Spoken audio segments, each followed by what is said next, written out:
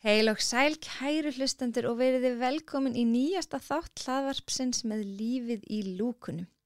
Viðmælandi minn í dag, hann er engaþjálfari, hann er heilsumarkþjálfi og jógakennari sem brennur fyrir það að bæta heilsulæsi landans.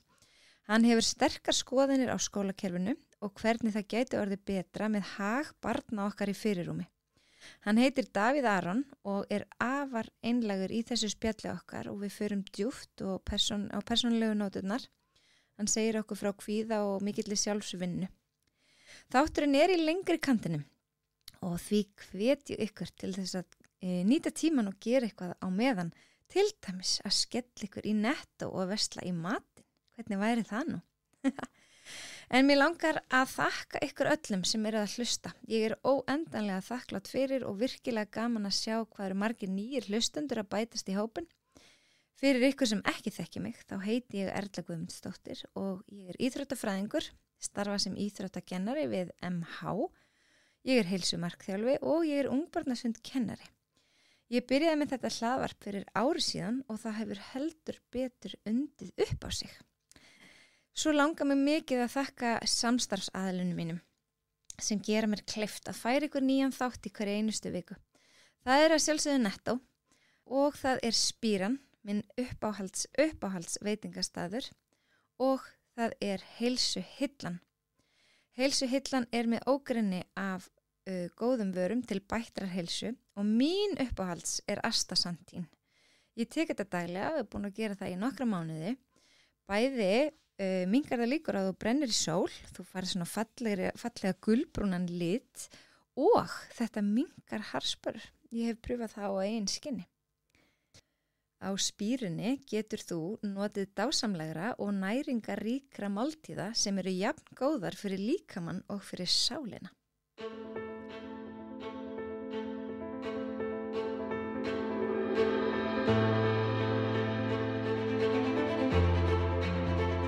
Í dag er hjá mér Davíð Aron Ráðley sem er með heimasíðuna, sem er með Instagramið Whole Health Wisdom. Ég skal setja hlekkin með að sjálfsögðu. En hann er að gera rosalega flotta hluti og ég hef fylgst með Instagramin hans í dálítinn tíma og hann er að reyna að veita almenningi betra heilsulæsi. Og það finnst mér svo geggjað, þannig að bara vertu hjartanlega velkomin og ég hlakka til að heyra meira hvað þú ert að brasa. Takk fyrir að fá mig hérna í hlaðvarpið. Já, sko mín er svo sannlega ánægjan. En mér langar alltaf, og ég byrja alltaf að spyrja fólk svolítið bara þeirra bakgrunn. Já. Og hver ert þú og hvaðan kemur þú? Þetta er stór bakgrunnur, eins og bara hjá öllum. Ég er alveg upp í Hafnarfirði. Æfði íshokkí á meðan ég var að alast upp frá 8 ára aldri. Hef alltaf verið í kringum íþróttir og átti sem sagt góð bara svolítið svona líkamleg skilyrði. Var alltaf eldaður heimilismatur heima oftast. Er elsta systkinið á sem sagt 7 yngri systur. Vá! Er sem sagt eina barni hjá mömmu og pappa og þau kalla okkur stundum mjallhvít og dvergarnir 7. Svo sér hvað ég hvítur og með langt svart hár. En áhugi minn á heilsu hefur bara alltaf verið. Ég hef alltaf haft áhuga á bara hreyfingu almennt. Pabbi minn á líkamsræktarstöð sem heitir Pumping Iron. Já, ok. Og hef alltaf verið, þar inni og verið vitni af alls konar fólki að fara í átt að heilsu. Í átt að bara, kannski er ekki alltaf heilsa því pabbi var í fitness og það er alls ekki heilbrigt að fara í fitness, að fara í svona litla fituprósentu og svona. En þarna var ég svolítið heppinn að fá þetta bara upp hjá mér varandi hreyfingu. Það eru ekki allir sem eru svona heppnir. Ég var studdur í það að fara í íþróttir á jákvæðum nótum. Mamma sagði þú verður alltaf að æfa eitthvað. Akkurat. Og hún hleypti mér í allt saman. Það var svolítið svona plúsin í mínu uppeldi. En svo hætti ég í hokkíinu af ákveðnum ástæðum, mér komið leið á því og Var það úlingsaldri eða? Já, 16 ára. Já. Það var svolítið svona tilfinningalegt sem að var að hafa áhrif á mig og svolítið sem við getum bara farið í seinna meir í þættinum. Svo fór ég að æfa bardaíþróttir og var alltaf með fótinn í að hreyfa mig. Fannst alltaf það verið svo rosalega mikilvægt. Já. Það er svo rauði þráðurinn í þínu lífi. Já, í rauninni.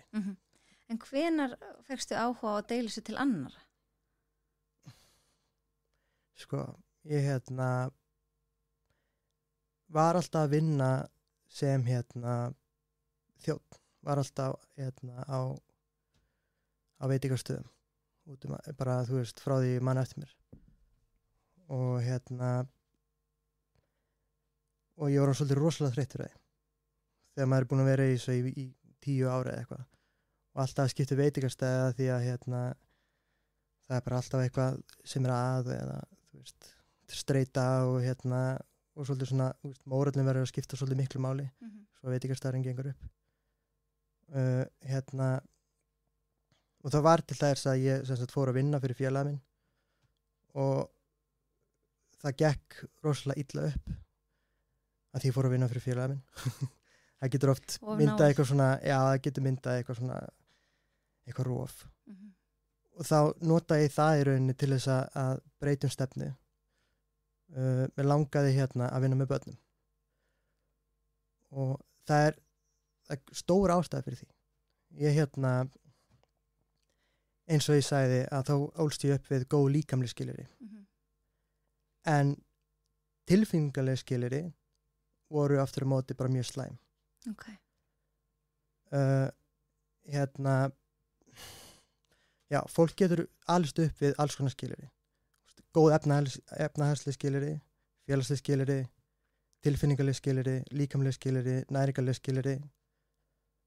En það sem er svolítið svona fagnað í samfélaginu er fólk sem að ólst upp við góð líkamleg skilyrði og góð efnahagsleg skilyrði. Það er svona rósa, það er alltaf að tala um það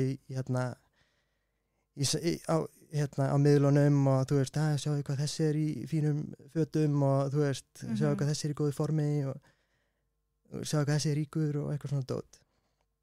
Og það talar enginn þú veist, góð tilfinningaleg skilyrði. Og sem sagt, á mínu heimili var oft mist stjórnarskapinu. Og ég áttaði mig fyrst ekkert á því, ég held að þetta væri bara nokkuð eðlilegt, allt það sem ég ólst upp við. Eins og börn gera, þau halda bara að þetta sé eins og börn gera. Já, þetta er bara það sem er í gangi og þetta er bara það sem að, þú veist, ég þarf bara að díla við á einhvern hátt, skilur. Þegar ég var 13 ára gamall, þá byrjaði ég að upplifa kvíðaköst.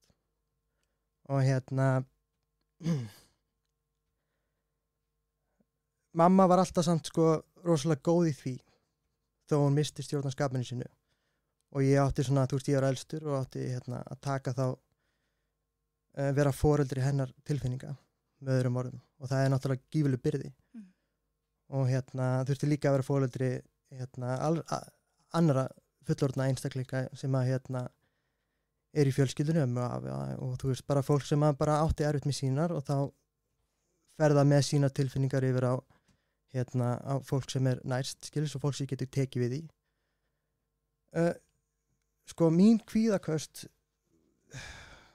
voru varandi með hugsanir. Eitthvað sem að allir fá alls konar biljón hugsanir, skilur. En að því að ég var alltaf að reyna að vera svo góður og svo fullorðinn, að þá náttúrulega er egoið bara, þú veist, á miljón og þú veist, hann er að reyna að passa, skilur upp á allt. Og svo kemur einslæm hugsun að þá gríp ég það og held kannski að það sé raunveruleikinn. Og ég sem sagt er 12-13 ára gamall, er svona mjög slæmur stað í skólanum, mikið vanlíðan, þú veist, ég er náttúrulega alveg upp á svolítið meðvirku heimili og það er hægt að nota það sem veikleika, skilur, þannig að það var smá einelti stríðinni, bæði í hokkíinu og og í skólanum. Þannig ég var á mjög slæmum stað. Og ég hélt til dæmis að hugsanir mínu var að vera veruleika, að ég geti meitt eitthvað sem var næst mér. Og það komi alls konar hugsanir að ég að meiða, þú veist, fólki kringum mig. Og ég náttúrulega fæ alveg bila kvíðakast og ég held að ég sé bara, þú veist, að fara að meiða bara systur mínar eða þú veist, að þetta eru, þú heldur alltaf að þetta sé eitthvað sem geti gerst. Og það góða við að sem mamma gerði var að hún sagði, Davíð, ef þau líður illa, þá verður að tala við eitthvað. Já, frábært. Ég hafði samt engan til að tala við. Okay. Það gat enginn tekið við því. En þetta var, þú veist, eitthvað sem að hún sagði, sem að fór svolítið mikið, þú veist, satt eftir hjá mér. Og og ég er sem sagt búin að vera bara í biðlegu kvíðakasti inn í herbyggi og faldi það rosalega vel. Af því ég held bara að ég var í ógeðslega vond manneskja með allar þessar hugsanir. Og og svo einn daginn það enginn heima og þá fer ég í tölvuna og leita að sálfræðingi. Og svo, þú veist, setja ég heimasíma, þegar allir voru með heimasíma, kvöldið, þegar ég bara, þú veist, ok, ég ringi ef mér líður eitthvað leita. Og svo ég bara inn í herbergi á mér, bara hágrátandi í kvíðakasti og ringi í sálfræðing og segi bara, ég þarf hjálp. Ég bara, ég held bara, ég sé bara eitthvað geðveikur. Hvað ertu þá gamall? 13. Og ég fer síðan bara til sálfræðingsins án þess að láta hann eitt vita. Og hann, þú veist, tekur á móti mér og bara, þú veist, ég skrítið allt í hennu bara einhver 13 ára gaur þú veist, mættu til sálfræðings, ekki, og engin veit að því, skilur við. Á þessum tíma þótti það örugglega svolítið svona tabú. Já. Þú veist, í dag þetta orðið með opnara. Já, akkurat. Í dag þetta orðið opnara. En og hann segir, þú veist, Davíð, þú, ert ekki að plana það að meiða neitt, skilur, þú hringdir sjálfur í, sálfræðingin og, þú veist, í mig, skilur, og, þú veist, og leiðbendi mér, skilur, bara áfram. Og, og það hjálpaði mér svolítið mikið hugsanirnar og ég hélt bara áfram minni leið. En það lagaði samt ekki, þú veist, vandamálið. Af því kvíði er alltaf sama sem óöryggi.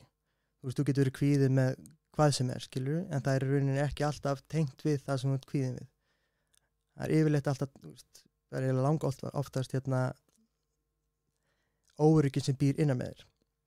Og svo fer ég í, svo er ég 17 ára gamall, bara, þú veist, lifi bara fínu lífi, en fer síðan í meðvirkt samband, þar sem ég er, svolítið undanláttsamur og, er þar í 2 ár eitthvað svoleiðis. Er það ekki svolítið eðlilegt ef maður kemur úr þessum uppeldis aðstæðum? Jú, auðvitað. En, ég er alltaf að reyna að vera svo góður. Þó að, þú veist, ég gæti sleppt hugsunum, skilur, ég er alltaf samt með undirliggjandi kvíða. Af því að ég fer ekki, þú veist, kvíði er rosalega óþægileg tilfinning. Og þegar fólk var kvíða eða ótta, að þá vill að komast frá því. Það fer og gerir eitthvað annað. Hvort það sem ég að ryksuga eða hlusta podcast eða tónlist eða, þú veist, núna á fólk rosalega erfitt með að fara að sofa. Af því það verður að hlusta á eitthvað að fyrir að sofa. Svo óþægilegt að vera einn með sjálfur, einn með þínum eigin hugsunum, skilur. En við hættum saman. Hún þarf að hætta með mér að því ég er svo meðvirkur. Ég er búin að róa mikið saman í marga mánuði, skilur. En ég fyrir ekki að hætta með henni, þá verður ég að fara að særa hana, skilur.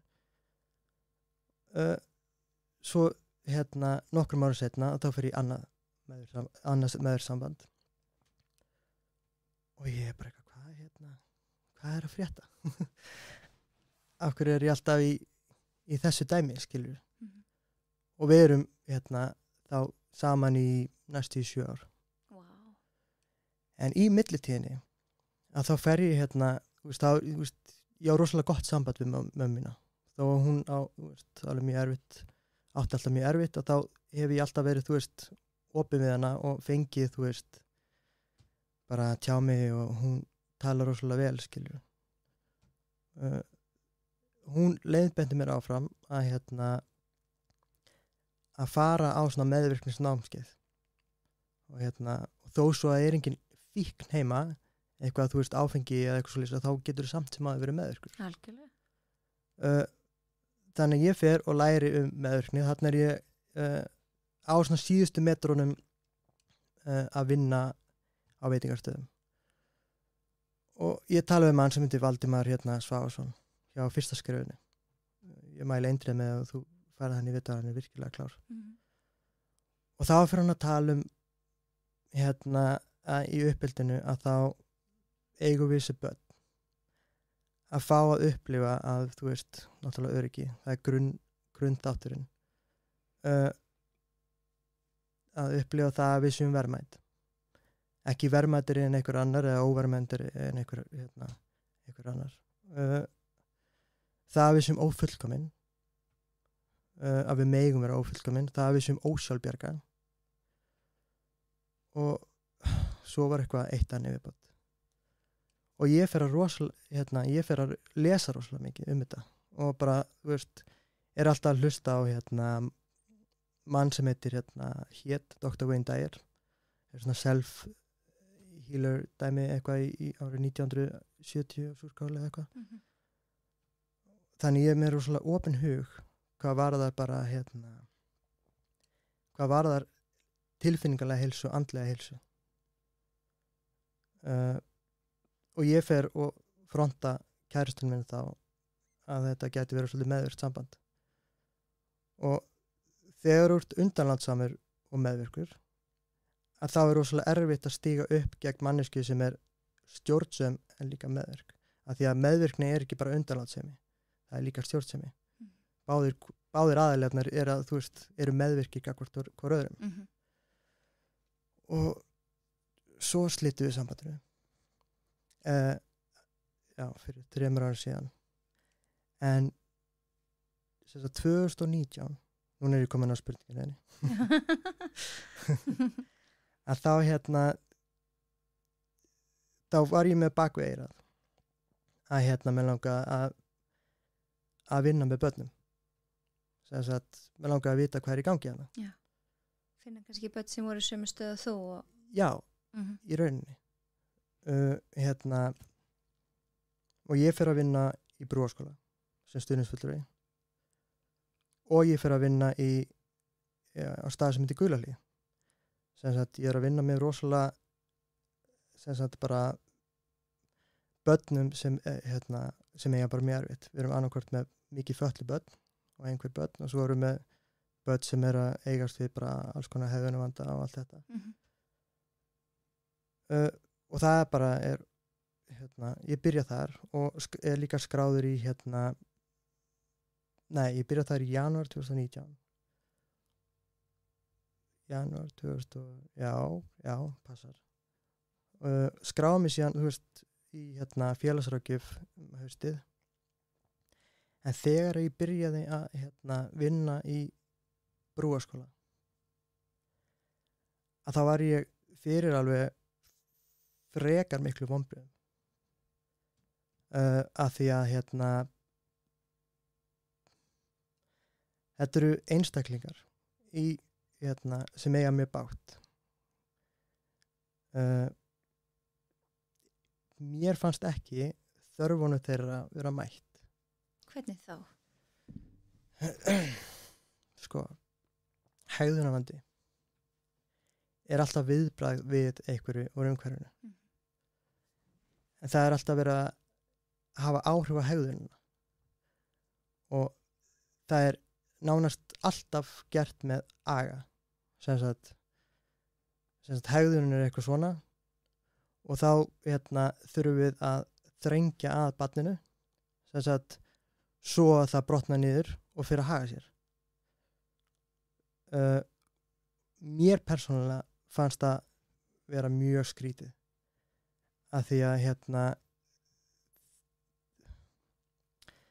sko munurinn á því til dæmis með þessi mikið fötlubörn sem að það er eiginlega bara ótrúlega góð vinna sem fyrir í þau og klettaskóli og svona.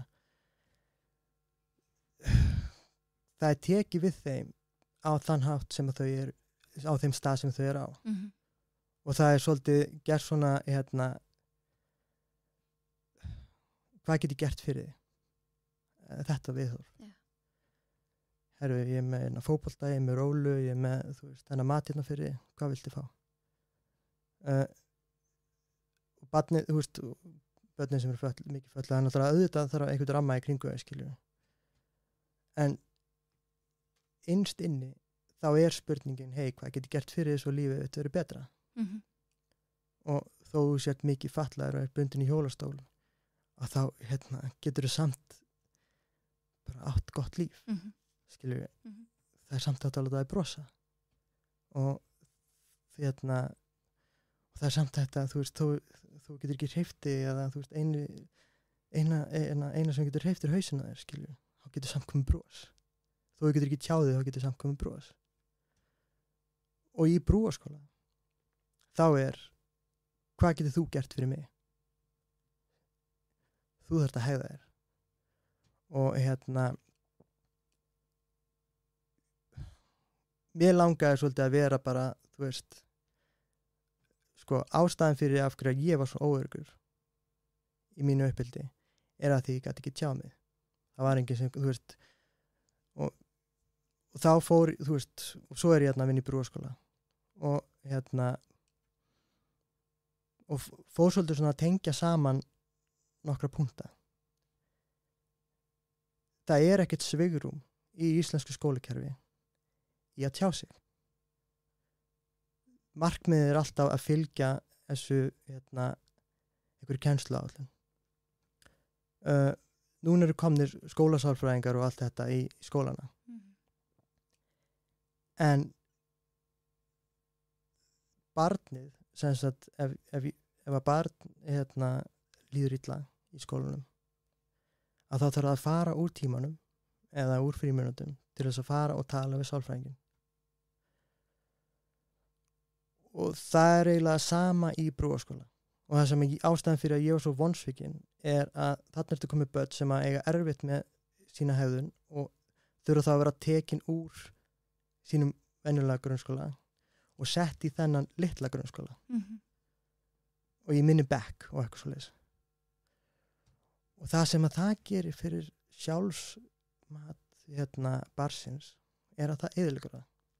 Það verður að segja að þú ert bara svolítið mikið vandamál. Það er kannski ekki sagt það. Nei. En það er alveg klálega sagt inn á kennslustofunum. Nei, inn á kaffistofunum, skilur við. Ég nenni ekki að díla við þennan eða þú veist, hef unnið rosalega mikið bara með, og þú veist, ég er ekki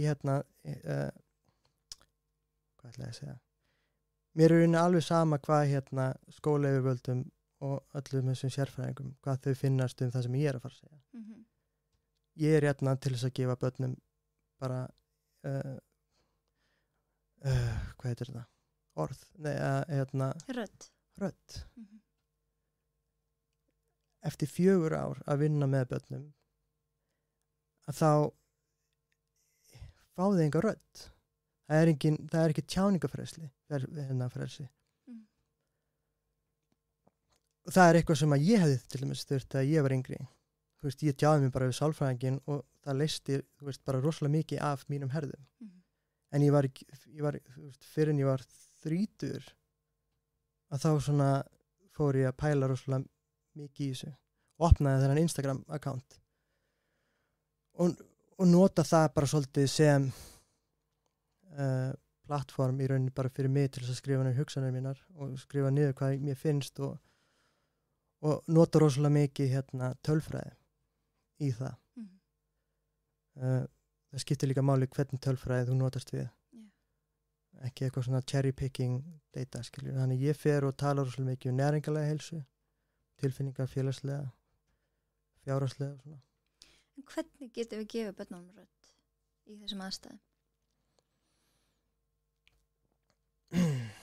Sko, í brúaskóla þá hélt ég að það var að fara að gerast.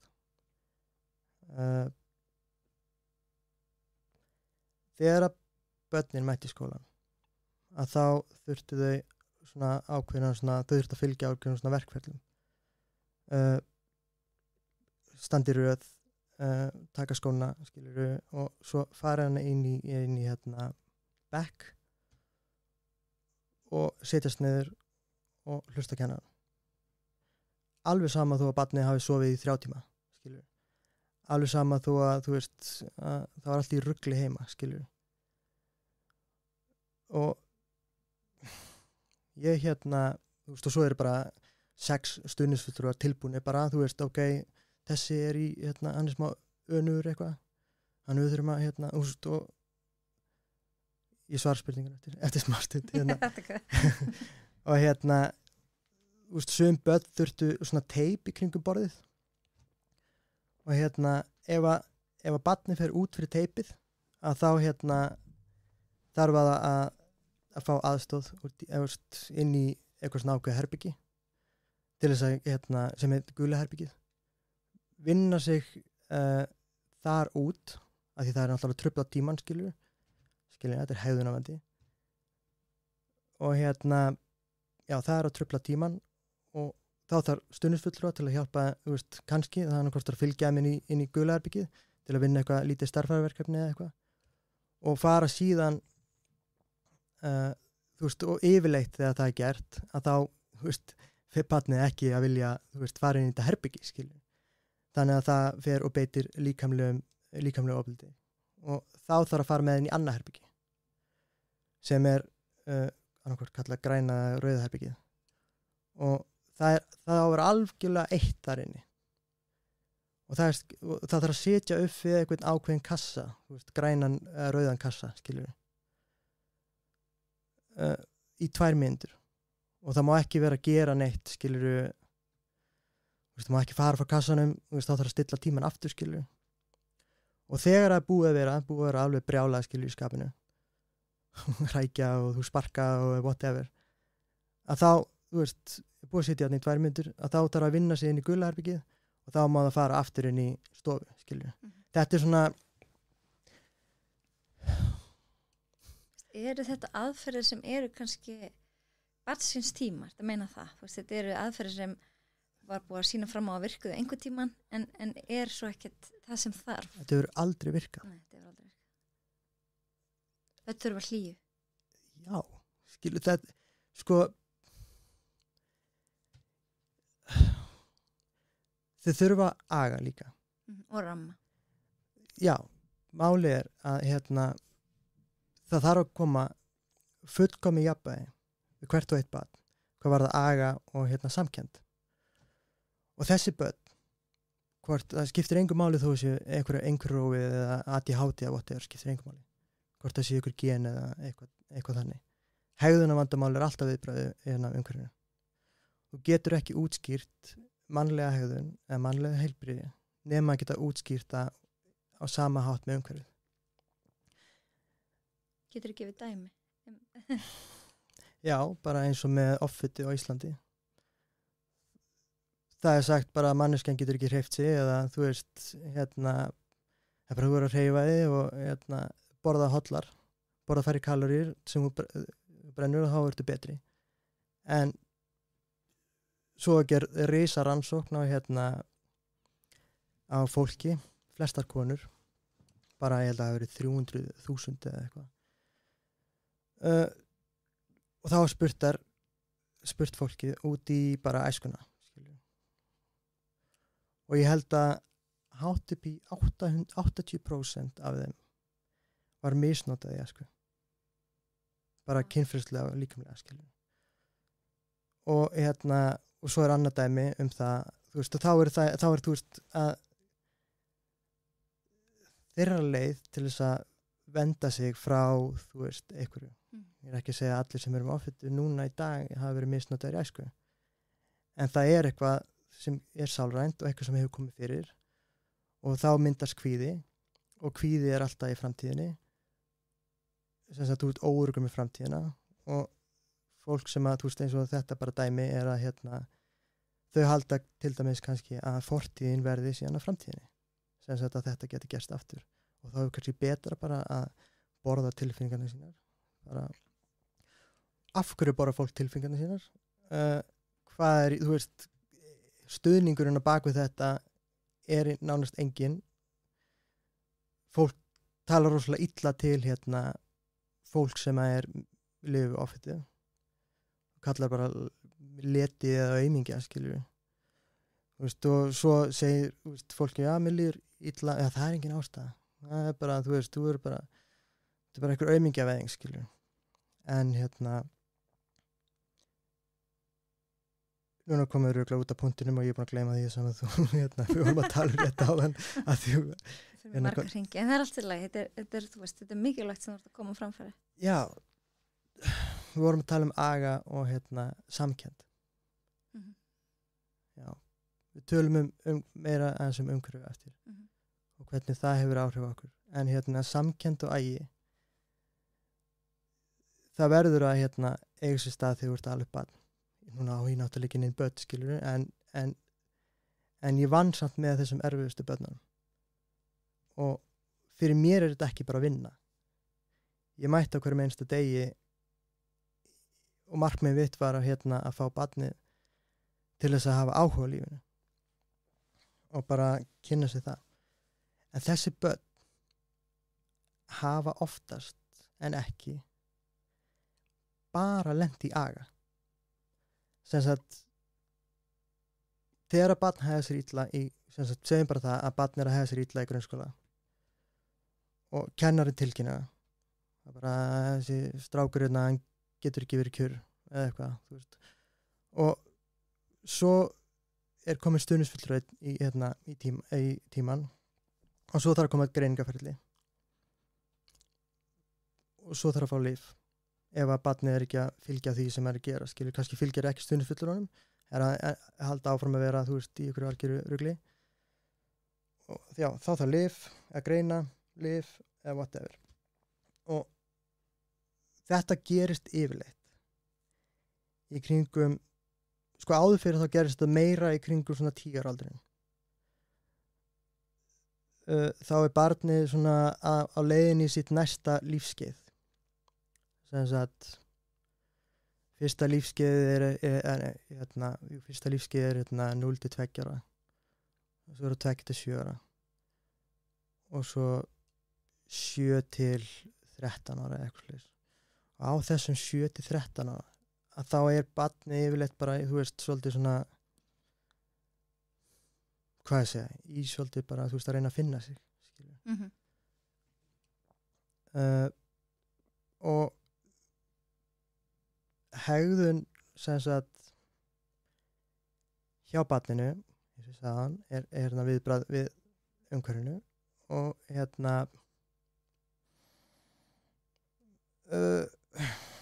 og það, þegar að foreldri veit að barnið sitt sé á í erfiðleikum að þá annarkvort eins og ég sagði er að bara mætt með aga bara, þú veist, og það er yfirleitt hann með stráka á að gera rannsókn á á börnum og foreldrum þeirra hvernig orð þau notuðu til þess að tala við barnið sitt og með stelpur að þá notuðu foreldra fleiri tilfinningarlega orð við barnið en við stráka var öðruvísi og þá, þú veist, eru strákar meiri eru líklegri til þess að lenda í þessu að vera bara agaðir þau heldur að þú skamma barnið þitt og ofta þá ferða að haga sér þú veist ef við horfum til dæmis í bandarískt fangelsiskerfi sem er náttúrulega bara agi að ef það myndi virka þá myndi fangandi koma allir frábærir út, skilur það bara, ég er bara tilbúin í lífið og ég ætla ekki að brjóta mér aftur en það er bara alls ekki raunin, þeir fara aftur að inn og þú veist, þeir eru alveg sama Þannig að pjúra ægi aldrei að fara að virka. Það verður að mæta með samkennd. En svo eru líka börn sem að mæta bara samkennd og fá bara þvílíka vorkun frá foreldrum sínum og er bara barnið mitt með ADHD og það bara getur ekki höndlað neitt og þú veist og ég vil bara kaupa fyrir það nammi og það líður illa, förum í hoppukastalan eða förum í, þú veist, það bara mætt pjúra samkennd, skilju, og þá verður barnið alveg eins stjórnlaust, skilju, af því það er ekki mörg. Það verður að fylgja mörg, en það verður líka að vera samkennd. Alltaf. Og þetta er engin aumingjaveðing eins og fólk vil meina. En það, þú veist, fólk svara bara aga meira eða, þú veist, það er yfirleitt svarið. Þannig að inn í svona skóla, þú veist, bara í almennum skólum og brúarskóla, þá þyrfti í raun og veru, sko, þetta er náttúrulega alltaf líka bara vandamál með starfsfólk, þú veist, hvernig getum við sýnt hverju einu og einasta barni, þú veist, rétta þörf, mætt þeirra þörf, ætla að segja. Það er krefjandi. Hvað finnst þér, til dæmis, þegar þú ert að vinna með þínum krökkum? Og þau eru ekki að, þú veist, að fylgja þínum fyrirmælum. Ég get svarað þessum spurningu á minn hátt. En hvað finnst þér að þetta gera? Sko, ég er náttúrulega bara svo ótrúlega heppin að vera að kenna í framhaldsskóla. Þar sem að nemendur eru komnir á annað þroskaskeið og eru kannski meira búin að átta sig á. Og ég bara er svo ótrúlega heppin. Þau bara, þú veist, það er engin agavandamál hjá mér, eða þú veist, í MH. En ég veit hvað þú við, ef það er kannski nýr hópur og það er svo stuð, ég er ekki að fara að öskra á þau, ég er ekki þannig típa, ég býð bara andlingi þögn og þá byrjar alltaf einhver annar nefndu. Já. Það er svona, og já, það er svona mín leið að reyna að ná til þeirra kannski bara reyna að vera svolítið jafningi. Þú ert ekki yfir þeim. Já, ég reyni það. Já. Það er líka bara svolítið sem að þau þurfa. Við þurfum ofta ekki fólk sem að tala yfir okkur, skilju. Vandamálin í grunnskóla er sko sama hvernig þér líður þá þarftu að fylgja ákveðnu kerfi sem er sett fyrir fram að og þú þarft að fylgja fyrirmælum. Og ég sé svolítið bara rosalega ljóta hluti eftir til dæmis bara vinnuna mína í barnavernd. Já, þú varst það líka. Já, í barnaverndarhúsi. Já. Sem sagt bara mjög sorglega hluti. En þessi börn þurfa samt sem maður að ganga í grunnskóla. Skólaskylda í landinu. Og við erum svo föst á því að þessi skólaskylda í landinu að við erum með síðustu tölur komið fram fyrir, ég veit ekki, 5 ára síðan eða eitthvað, að það eru yfir 1000 börn með mikla skólaform. Það er rosalega mikið. Það er 2,1%, en ég skil ekki alveg hvað er í gangi hjá landlækni að því það er ekki komin inn að nýja tölur. Og skólaforðun nú er bara það að vilja ekki mæti í skólan. Já, líka, þú veist, foreldri tekur bara barnið sitt úr skólanum að fyrir til Tenerife eða eitthvað, skilur við. Þessi skólaforðun er sem sagt í langflestum tilvikum er það að barnið líður á illa og vill ekki fara í skóla.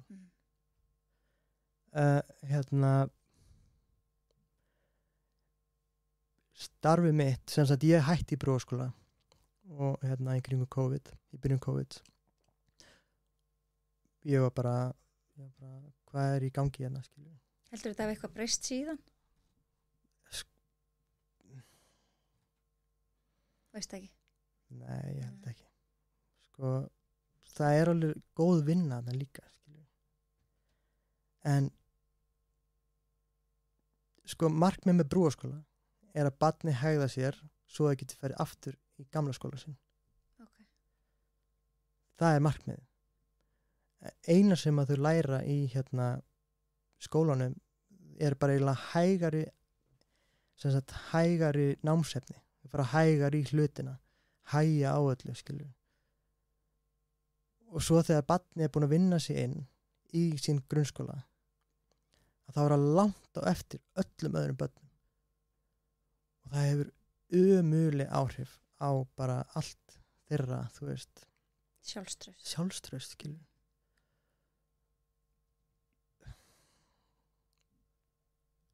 Sem er ógeðslega sorglegt. Og sko ég mætti alltaf á vegg því ég var að vinna með, þú veist, þannig í brúskóla. Ég var alltaf inn í tímanum að meðan þau voru að, þú veist, ég var stundsfulli, þú veist, bara náttúrulega bara lægst að skrifa þarna, skilur, ég átti bara að sinna því þegar barnið var í hegðunarvanda að, þú veist, að fara með það á ákveðu svæði, skilur. Ég hafði engan áhuga því.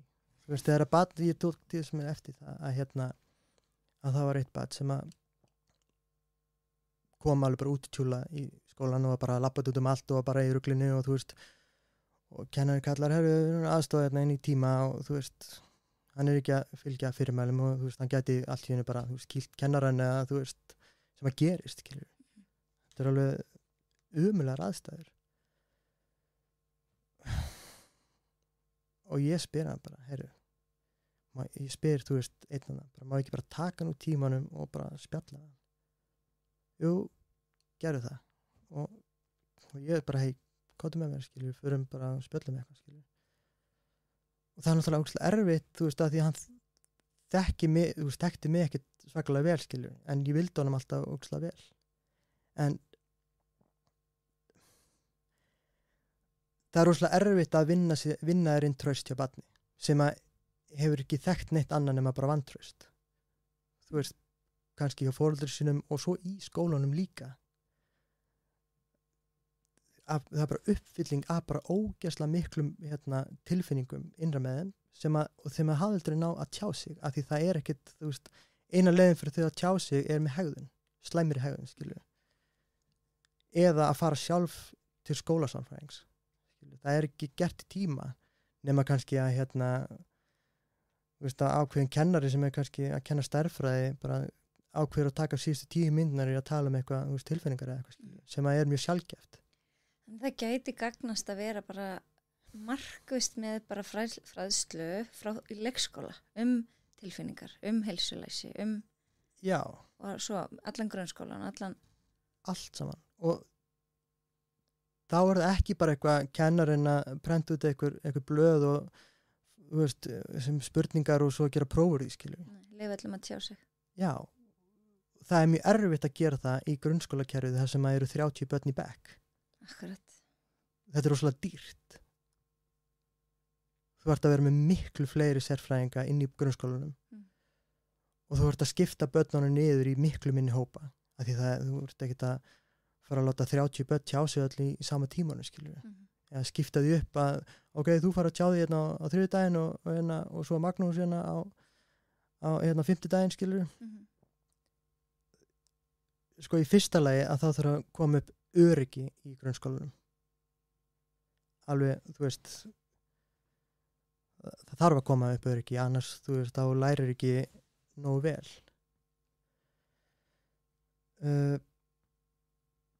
Heilsulæsi þarf að koma í grunnskólanum. Kannski bara förum aðeins yfir hvað er heilsulæsi. Við erum ekkert búin að skilgreina það. Ég er tala neitt heilsu. Ég er bara að vera drulluð í skólakerfi. En það, ég bakka aðeins áður við fyrir heilsulæsi. Já. Kannski bara, auðvitað er þú veist, mikilvægt að segja hvað er ekki rétt. Já. Til þess að einhver tíman eitthvað breytist. Já. En það kannski líka þá bara að mikilvægt að reyna að koma þá með einhverja lausnir, þú veist. Hvað er hægt að gera? Hvernig getur skólakerfi verið betra? Hvernig, alls konar þannig.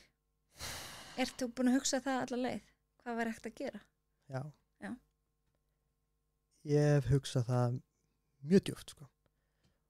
Og hef komist að því að skólakerfið er tengt við efnahagskerfið.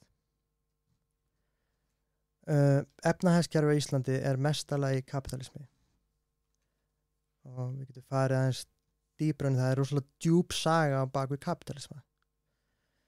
Grunnskólakerfið er sem sagt þetta er rosalega þetta er dýr en samt ódýr leið til þess að kenna.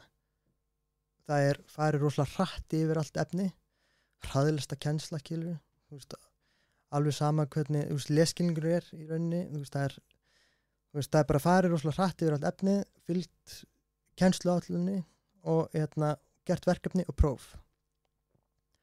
Og svo bara farið í næsta, og svo næsta og næsta, og það er bara, bara á miljón, bara sitjandi í skólastofunni, skilur, bara, börn eru bara tikkandi fætunum sem þetta er ekkert rosalega spennandi nám. Er skólakerfi á Íslandi eitthvað frábrugðið skólakerfum í öðrum löndum? Nú þekki ég það ekki.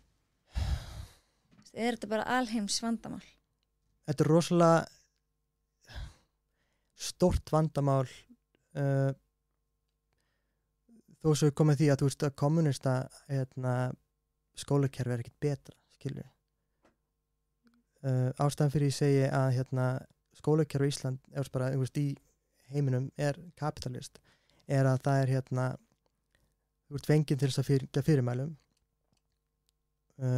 og þú ert fengið til þess að hafa rosalega mikinn áhuga á því að fá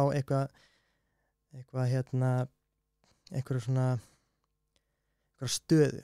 Þú fær stjörnu í kladdan ef að þú gerir vel, skilur, þú fær háar einkunnir ef þú stendur vel. Þannig að barn er alltaf að reyna að leitast eftir eftir einkunnum, skilur. Viðurkenningu. Eins og litla frænka mín daginn var bara hrikalega stolt af sér og allir í fjölskyldunni ótrúlega stolt af henni að þau fekk 9 í sögu. Og það er allir að tala um einkunnar, skilur. En það er enginn að tala um það hvað hún lærði.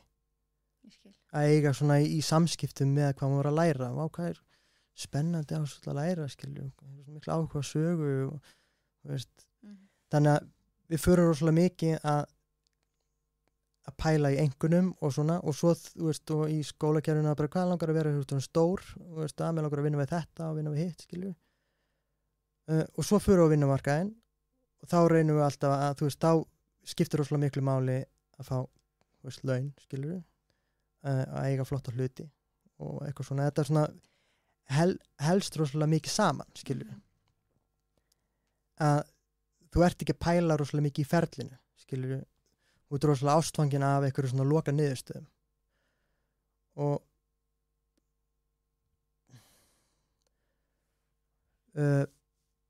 eins og til dæmis bara að fara í ræktina, skilur, þú langar í einhverja loka niðurstöður. Og þess vegna er rosalega auðvelt að markasetja gegn svona fólki, skilur, sem er alltaf að leita að einhverjum ákveðnum niðurstöðum.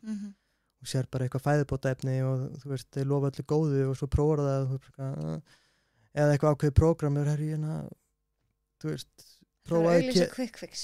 Já, það er svolítið auðvelt að gera það vegna þess að fólk er svo óöruggt með heilsuna sína. Sem að kemur rosalega mikið niður á því að frá byrjun bara þegar að byrja að taka þátt í kerfinu er að það fylgir ekki sínu eigin innsæi. Mörg börn vilja virkilega tjá sig, skilur. Af hverju þarf ég að læra þetta? Ég hef ekki áhuga á þessu. Eða af hverju, það langar rosalega að koma ykkur frá sér, skilur. En það er bara svolítið bara kæft niður og bara að sitja í skólastofunni og þú ert að rétta upp höndu og þú ert að fara að pissa. Þú ert ekki að pissa í tímanu, skilur. Þú ert að fara að gera þetta í frímínútu, skilur.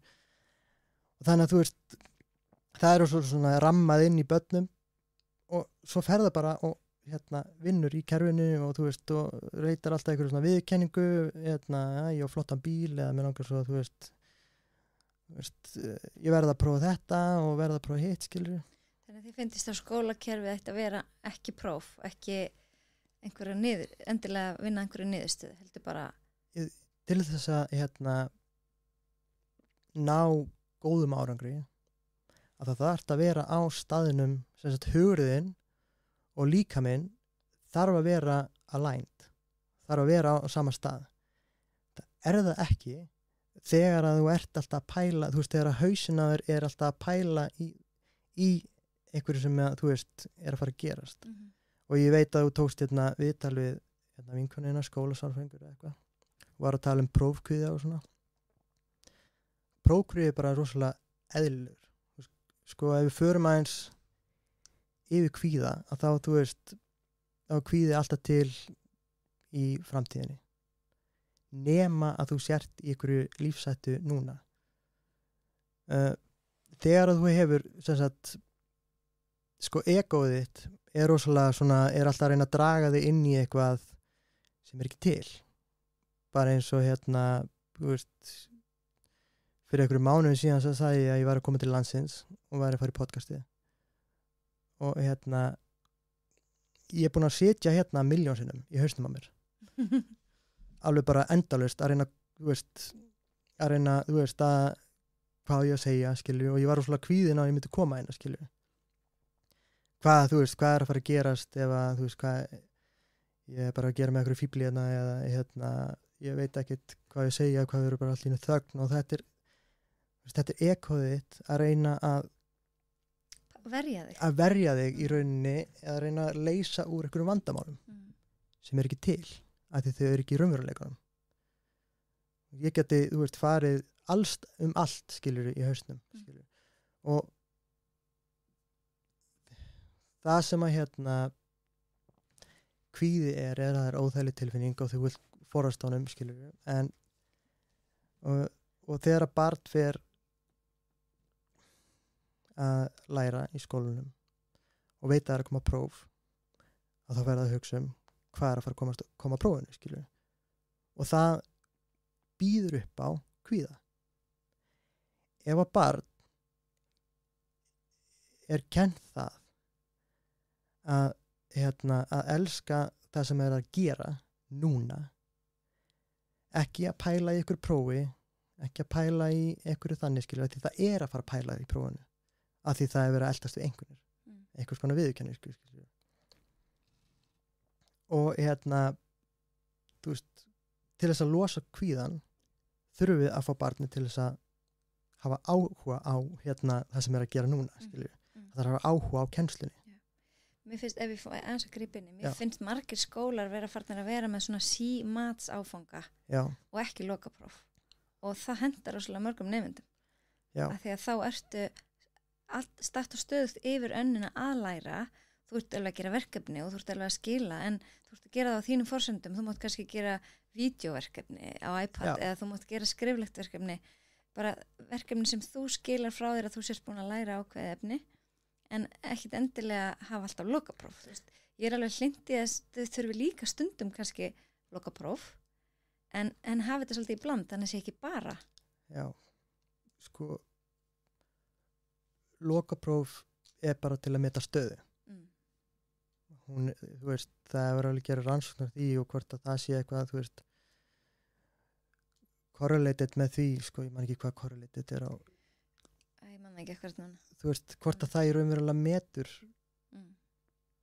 þú veist, rétta stöðu. Það er alltaf að deila það. Já. Til þess að meta stöðuna rétt væri miklu freka bara að, þú veist, alltaf að vera hérna í samskiptum við barnið. Og leyfa því að tjá sig, skilur við, námið. Er þetta, svo ég sletta aðeins, er þetta doable? Er þetta gerlegt, þetta svona skólakerfi? Já, en skólakerfi sem að vinnur að heilsu og vinnur að börnum fari að pæla rosalega mikið í gagnrýni hugsun og læra tilfinningalæsi og læra næringalæsi og þú veist bara almenna heilsulæsi, skilur við. Þá er það í rauninni verið að segja fuck you við kapitalisman. Ég skil. Það eru ákveðin öfl á bak við það, skilju. Það er alveg þú veist, já, þú veist, peningur, skilju. Og öll stærstu löndin í Evrópu og Bandaríkjunum eru búin að berjast, þú veist, búin að taka yfir önnur lönd til þess að geta viðhaldi þessu efnahagskerfi. Valdorfskóli er búin að segja það, bara, þú veist, kapitalismi, við viljum ekki, þú veist, hafa það, þú veist, það er gera það svolítið gott, kannski ekki alveg fullkomið, en þú veist, það er á réttri leið. Og það eru börn bara að læra stærðfræði, þú veist, í lifandi umhverfi. Já, ég þekki fransískinni mín í Valdorfskólanum, þau eru rosalega ánægð, mikið úti í náttúrunni og læra gegnum leik. Já, það er rosalega skrítið að vera barn sem hefur áhuga á náttúru en það er að læra þig gegnum bók. Sitja inn í tíma, þú veist, alveg kjör. Bara, þú veist, að hlusta fyrirmæli eins og þú veist, í skólanum í kapitalísku efnahagskerfi, nei, í grunnskólakerfi, að þá það er rosalega mikið lagt upp í að þú lærir hlutina, þú veist, setur hlut, að minni, þú veist, kunnir það utan að. Kunnir það utan af. Ég man til dæmis eftir því ég var að læra lótukerfi í grunnskóla. Ég vissi ekki neitt þessar lótur, en þú veist að læra það utan af. Þú veist að læra, margföldurinn tröfla utan af, skilju. Pýþagóras og allir þessar formúlur, skilju. Já. Og svo bara fer ég í prófi þessu, svo bara veit ég ekkert hvað ég að gera við þetta, skilju. Einmitt, ég þurfti alltaf að læra einhverja sannanir í stærðfræði í mennskóla, ég man ekki eina. Nei, í dag. Það er nota, sem sagt, veist, við segjum þetta oft, skilju, ég er ekki að nota þetta, en þú veist, já, en þú notar þetta, skilju, þú áttar ekki á þessu að nota þetta, en þú er samt að nota þetta. Ok, en Lærir að læra.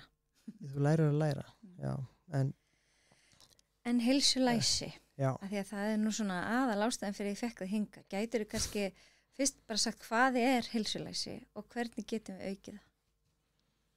Sko, það er í rauninni mjög óraunhæft að sko, ástæðan fyrir að ég vill að þetta fari í grunnskólan er að það er fullkominn tími til þess að læra það. Bara, þú veist, að það sé bara á stundatöflunni, bara heilsulæsi, næringalæsi, ef við setjum það inn, það er bara að læra næringu, bara allt saman, skilju, hvað gera bláber, hvað gera ávextir, skilju. Næringakennsla sem hefur verið bara mest megnis bara inn í einhverju heimilisfræðitíma og það er bent á fæðupíramídan og sagt er að borða 500 grammeti og 500 ávextum og drekka svona mikið vatn og eitthvað, þetta er ekki næringalæsi og þú veist og næringakennsla sem að hefur verið í grunnskólum er bara eitthvað að segja hvað er hollt eða hvað er óhollt, skilju. Svo ég man eftir að tekið næringafræði í menntaskóla og var að tala skyr. Bara svona skyr er óhollt og svona skyr er hollt. Þetta er ekki skilaboð sem við þurfum að heyra í rauninni. Næringalæsi er bara að læra umbúðir. Læra þú veist, að lesa utan umbúðirnar, skilur, lesa bara þú veist, og fræða náttúruríkið, þú veist, sjá líka bara sjá plöntunar, skilur, tengjast plöntunum, þetta er það sem er að gerast í Valdaskóla og þetta er líka einu ástæðan af hverju ég fór og flutti til Mallorca er að vera nálægt bara þessu, skilur. Er langt sem fluttið þangað? Hálft ár. Þessi kærasta mín er þaðan og við erum með sem sagt hún erði íbúð með risagarði og við ákveðum bara að planta fullt af plöntum og þú tengist rosalega mikið matniðinum þegar þú sérðan vaksa. Við tengjumst ekki rosalega mikið það er bæði búið að þrengja rosalega mikið að bændum á Íslandi, bara hafa búið að gera það í mörg ár. Bændasamfélagið bara í algjörum mólum í rauninni. Í staðinn fyrir að styrkja þá hefur verið að styrkja að fá inn mat fyrir annar staðar, skilur. Þannig að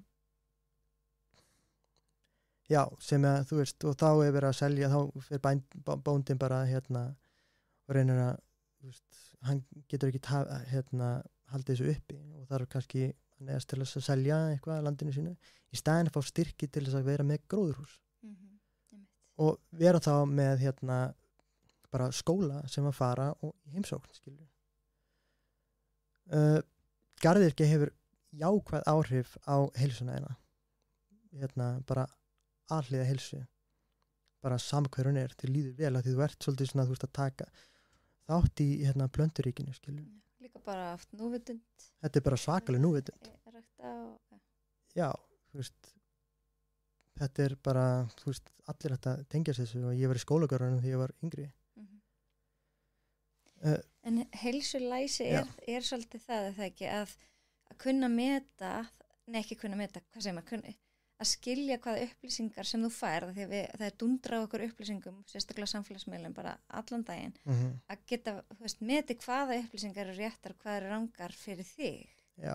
Er það ekki svolítið það sem að heilsulæsi snýst með? Jú, varandi með næringalæsið. Já. Að þú kunnir að meta það sem upplýsingarna sem þú ert að fá. Og að því að við erum svo órugg með næringuna okkar, að þá eru svo auðvelt að manipulata okkur hvað var næringu. Og fólk er að flikkjast til og frá með hín og þessu og orðum svo mikið svona tribalismi með það að þú veist, vertu vegan eða þú veist, vertu keto eða farið í þetta, þú veist, gerðu þetta, fylgdu mér og ekki fylgja þessu er bara eitthvað rugli og þú veist, það er svona cherry picking data og ég fann mér rosalega fastan í því þegar ég var að skoða rannsóknir á næringu. Þegar ég opnaði þessa vefsíðu að þá var ég ok, ég ætla að fara að finna allan skítum gervisykur. Og ég bara þetta hlýtur að hafa bara ömurlega áhrif á allt fólkið og allt þetta. Og svo fann ég mig verið komin bara inn í eitthvað rabbit hole að leita af rannsóknum sem að fylgja mínu, þú veist að ég var að vera svo hlutdrægur, skilur bara ég ætla að reyna að finna eitthvað rannsókn og ég fann ekki neitt þannig ég gat ekki farið að pósta hvað gervisykur hefur slæm áhrif að því að því að rannsóknina voru ekki nógu góðar. Ég skil. En við vitum samt nú að það hefur ekki góðar á okkur. Rannsóknir það fyrir eftir í magninu ein Pepsi Max dós eða eitthvað svoleiðis er ekki að hafa þú veist þú veist ekki að fá eitthvað krabbamein að því, skilju. Nei. En þú veist en þetta kannski svona bæði hefur sýnt fram að það raskar þarmaflórunni. Þú veist, það er þáttur þarmaflóruna sem ég hveti ykkur líka til að hlusta. Já, ég sá það, þetta er microbiota. Það er að það hefur eitthvað smá, en það rannsóknin sem ég las er að það er ekki endilega vitað hver áhrifin eru varðandi með gervisykurinn.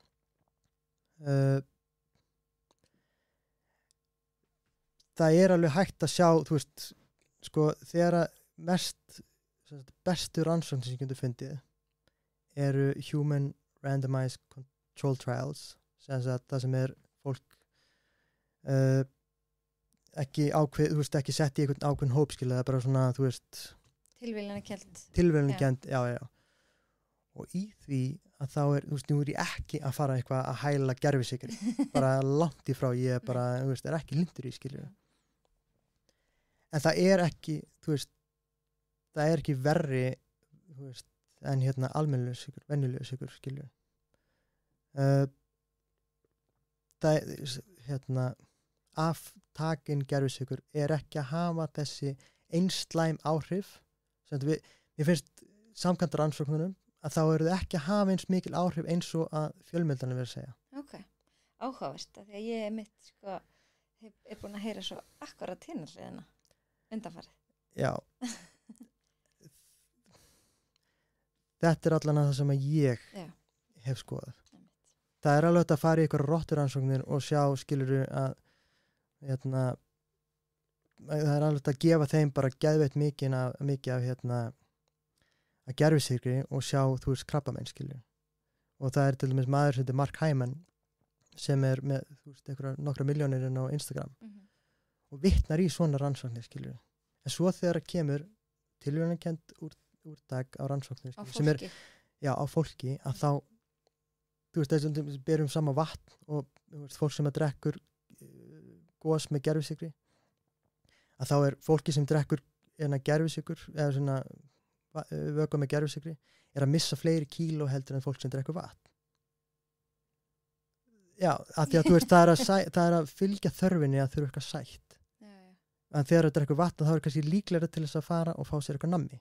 Okay. Þetta er akkurat andstæðan við það sem ég hef heyrt. Þannig að þetta er mjög áhugavert. Ég reyna að vera voða hlutlaus í þessu hlaðvarpi, en þá veist þannig ég vil bara leyfa öllum að koma með sína þekkingu, sína vitneskju og þeir sem eru að hlusta vera þá bara kynna sér þetta betur. Þetta er næringalæsi. þetta að fá mismunandi viðhorf, skilur við. Ég ekki að fara að segja neinum að gervisykur sé góður. Þú ætti bara að drekka hann, skilur við. Og ég ekki að fara að segja að, þú veist, það hefur engin áhrif á því. Eða, þú veist, að því að þá ég að reyna að koma mínum einhverjum svona hlutdrægnum skoðunum yfir á næstu mannski. Ég að fara að selja þeim einhvern orkudrykka eitthvað, skilur við. Það svona, þú veist, þetta rosalega erfiður heimur til þess að vera í. Hvað var að næringu? Af því að það svo ótrúlega mikið að mismunandi skilaboðum átöndi sem eru bara að ruggla í hausnum á fólki. En myndirðu samt ekki segja að það væri alltaf hollara að borða það sem upprunni úr náttúrunni, ekki eitthvað gerfi? Auðvitað. Ja. Fólk Þannig að sykur ætti að vera skárri en gerfisykur. Fyrir kerfið. Og sykur sé ekkert góður í ofmiklu magni. Þá vitum við hvað gerist nákvæmlega. En við vitum kannski ekki ennþá hvað gerfisykurinn gerir í frumunum. Það eru alveg rosalega mikla rannsóknir þetta. Alveg, og það eru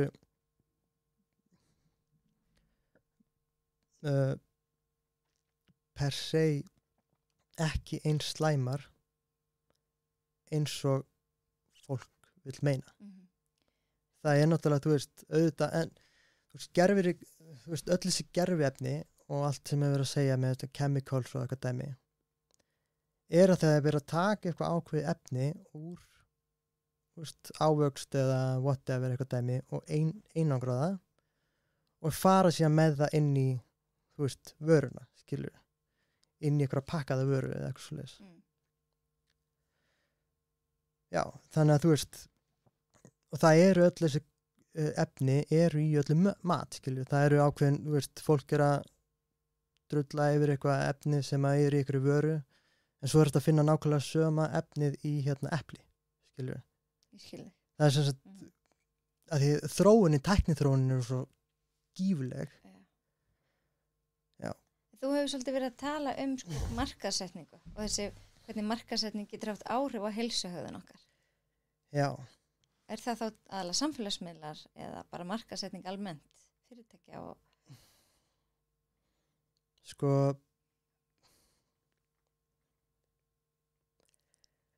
ekki bara, sko, markaðssetning getur komið í alls konar ljósi. Þú getur verið að lesa frétt og það dulin markaðssetning í fréttinu. Eitthvað svona hræðslóður eða, þú veist, eitthvað svoleiðis. Markaðssetning náttúrulega tengd við kapitalisma. Við erum í kapitalismu efnahagskerfi og þá sem sagt verið að venda kapitalinn, þú veist, að vera græða, skilurðu, á kostnað heilsunar. Þannig að, þú veist, það skiptir mestum. Þetta það sem að ég fór að skoða eftir að ég var komin í ykkur rabbit holes með, þú veist, eitthvað ákveðin efni eða, þú veist, ég ætla að drulla yfir mjólkursamsöluna. Ég var alveg bara mjólk, ég bara ömulega og þú veist. En það frekar hægt að gagnrýna siðferðina á bakvið markaðssetningu. Hún hefur áhrif á okkur. Markaðssetning hefur klárlega áhrif á alla. Við til dæmis bara sem fólk fórum að breyta hugsunum okkar eftir að við fórum að sjá meiri markaðssetningu. Við fórum að segja ég verð að fá þetta. Ég verð, þú veist, við notum yfirleitt ég verð við að fá eitthvað sem ég verð að fá annars deyja, skilurðu. En við erum að nota það við eitthvað sem við langar í. Og þegar þú horfir á auglýsingar að þá er rosalega mikið notað þú verður að smakka þetta. Þú ekki missa af þessu. Það útsala, skilurðu. 2 fyrir 1 af að þrist eða eitthvað. Herðu, þú útilega, þú verður að taka með þér appelsín, skilurðu. Og núna bara frá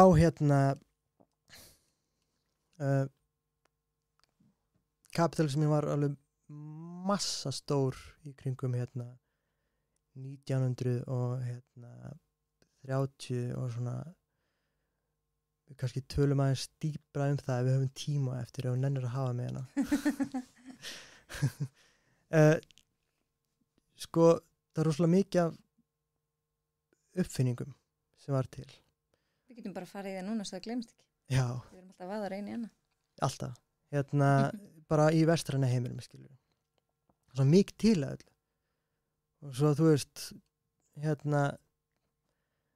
kom KFC, skilur. Það kom McDonald's og það kom, þú veist, allt í einu voru komið geðveikt mikið af sykri og kaffi og súkkulaði og allt þetta, við varum bara ógeðslega syndandi bara í öllu gúmmulaðinu, skilur.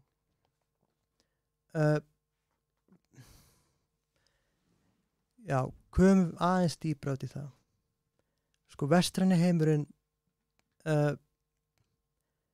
hefur verið að treyta, hvað er ég nenni ekki að vera ensku sletta Viðskipti eða... Á í viðskipti við öll löndin í kringum okkur. Eða löndin bara auðvitað allan heim, skilur. Afríku og Suður-Ameríku og Asíu og eitthvað. Og munurinn þar er að í Evrópu og Bandaríkjunum og öllum þessu svæðum er svolítið erfitt að búa við veturinn, skilur. Og auðlindirnar eru allar í Suður-Ameríku og Afríku og Asíu. Það er sem að vera að skipta skilur. Viðskiptin voru það. Og og vestræni heimur var bara eitthvað við nennum ekki. Við nennum ekki að vera eitthvað að bara einhverjum viðskiptum, skilur. Þannig að þau ákveðu það að við bara taka yfir auðlindirnar og kolonæsa, skilur. Þetta er bara í mannkynnsagan, skilur. Bara ástæðan fyrir af hverju við höfum svo gott, skilur. Er að því að, þú veist, fólki áður það bara fór út allan heim og bara tók allt af fólkinu, skilur. Við nennum ekki að vera eitthvað í einhverju viðskipti við eitthvað, það tekur alltaf langa tíma. Við þurfum að búa okkur undir veturinn og eitthvað svoleiðis. Þannig að á meðan að við erum að þróast á góðan hátt, að því við erum með allar auðlindirnar, að þá eru hinlöndin sem við erum að taka af að þróast í öfuga átt, skilur. Það er ein bók sem ég las sem heitir How Europe Underdeveloped Africa. Og sem sagt löndin þar fóru það að sjá þú veist, búskapurinn þeirra fóru að snúast rosalega mikið að framleiða fyrir Evrópu. Og upp úr því að það var rosalega mikið af dóti til fyrir okkur, bara gúmmi, járn, stál, þú veist, á Íslandi er allt út í bárujárni, skilur. Og þú veist, við þurfum að bárujárni að halda, allar klæningar eru bárujárni, við þurfum að halda, þú veist, við þurfum í rauninni, sko, Sierra Leone og einhver lönd í Asíu til þess að geta fengið bárujárn, skilur, og klætt húsin okkar og við erum með betri hús, skilur. Gúmmi og svo líka kemur, þú veist, sykur, súkkulaði, gull, skarkrip, þú veist, þannig að við byrjum að, þú veist, búa til súkkulaði, skilur, Belgía ógeðslega gott súkkulaði, hann er ekki með neina súkkulaðigarða, skilur. Og og það þarf alltaf að selja þessa hluti og það þarf að verðmerkja það. Og þeir sem að verðmerkja vöruna eða setja eitthvað logo á það eru þeir sem að stjórna allri keðjunni, skilur. Og við sjáum það til dæmis á Íslandi er að það er ekki bóndi sem að merkir vöruna. Þannig hann fær ekki það sem hann á skilið að fá. Þannig það er rosalega erfitt fyrir bændur á Íslandi núna, bara eftir að hafa lesið bara fréttur það að það er bara frekar ömulegar aðstæður, skilur. Og og það þarf að markaðssetja, þú veist, koma aftur því að þá þarf að markaðssetja vörurnar og losa sig við vörurnar. Og það er gert með því að telja okkur trúum það að við þurfum þessa vörur, skilur. Og þess að neytendahyggjan verður svo stór. Og við förum að segja við hluti, segja við þurfum þessa vöru, ég þarf að fara í klippingu, ég þarf að fá föt, ég er að fara í afmæli til Siggu, ég þarf að nýja kjóli, það er ásatíð og ég verð að fá eitthvað sætt, skilur eitthvað þannig. Innst inni hjá okkur rosalega mikið óöryggi, skilju, að við erum rosalega, þú veist, óöryggum líf okkar, þú veist, og þannig við förum í raun að neyta meira, við erum kannski ekki rosalega hamingjusömi í vinnun okkar. Kaupum okkur hamingju. Já, við kaupum hana, skilju, að því við höldum að það að fara að hjálpa okkur, ef við kaupum nýtt sófasett þá okkur að fara að líða betur.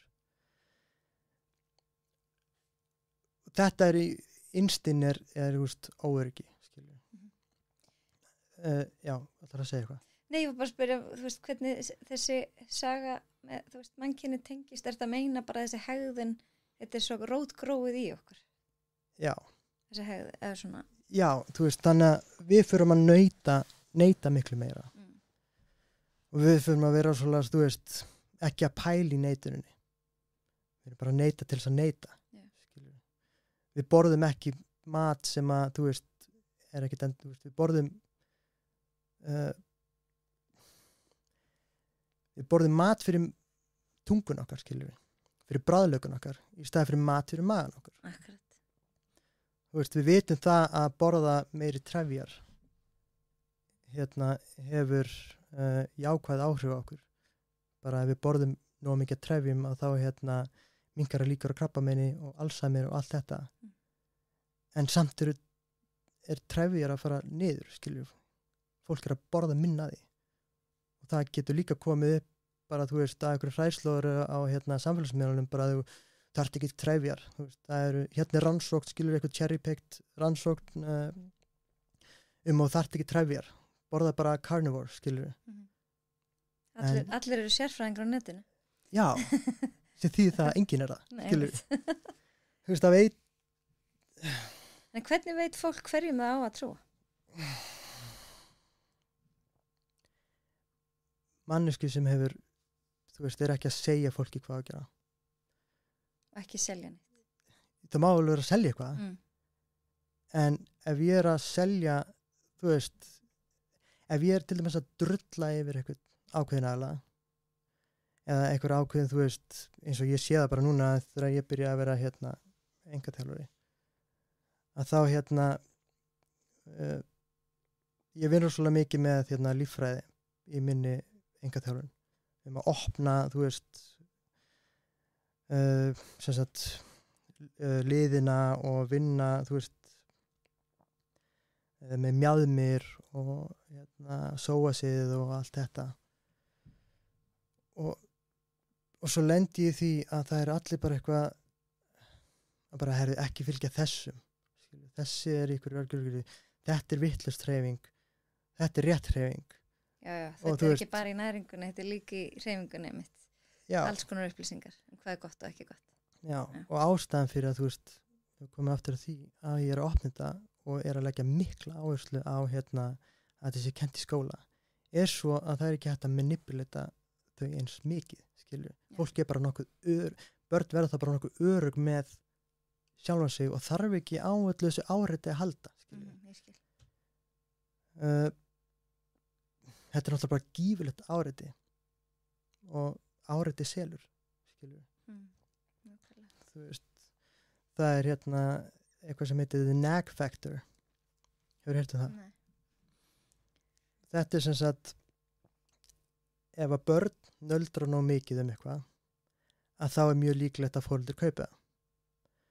Foreldrar er nú þegar þreytt í sinni vinnu að því það er búið að selja þeim hug að ef það vinnur nú að harta sér að þá mun allt ganga vel upp, skilur.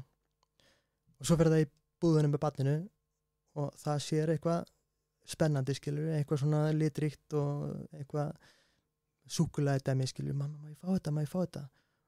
Og þú veist, mamma vill kannski ekki vera búið til eitthvað vesen, segir kannski nei einu sinni, tvisvar og og svo í þriðja skipti þá kannski segir já, að því barnið var að byrja að búa til eitthvað sín, skilur, og þetta hefur bara búið til gífulega streitu milli foreldra og barnsins, að foreldri bara oft nennir ekki í búðina með barninu, en samt er þetta fyrirtæki sem býr í rauninni til þetta vandamál með því að fylgja, þú veist, börn eru rosalega viðkvæm og það eru rosalega auðvelt að bara fá þau, þú veist, að manipulata þau, skilur.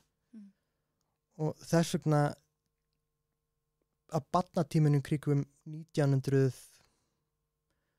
þú veist, til 2000 og eitthvað þá var MS með mjög miklar auglýsingar þú fær kraft úr kókamjólk eitthvað súkkulaðimjólk skilur þú fær kraftur henni og hann eitthvað þú veist, eða Gotti borðar ost og svo hann að fara eitthvað í eitthvað fimmleikadæmi og þú veist, og svo var önnur auglýsingum ég man alltaf eftir þessu það er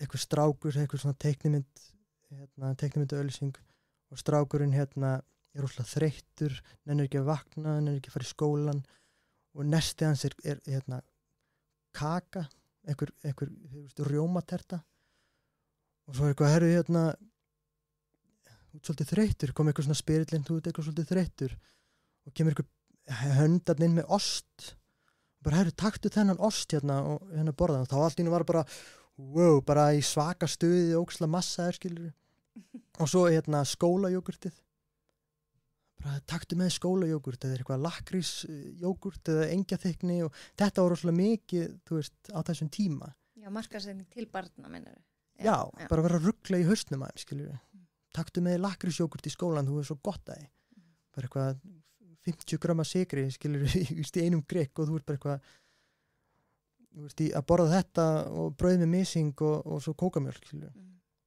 Þau komið mitt inn að því núna daginn Lukka og Siggi voru hjá mér í viðtali að þetta er svo mikið samfélagsvandi að heilsa þjóðurinnar er að hraka Já.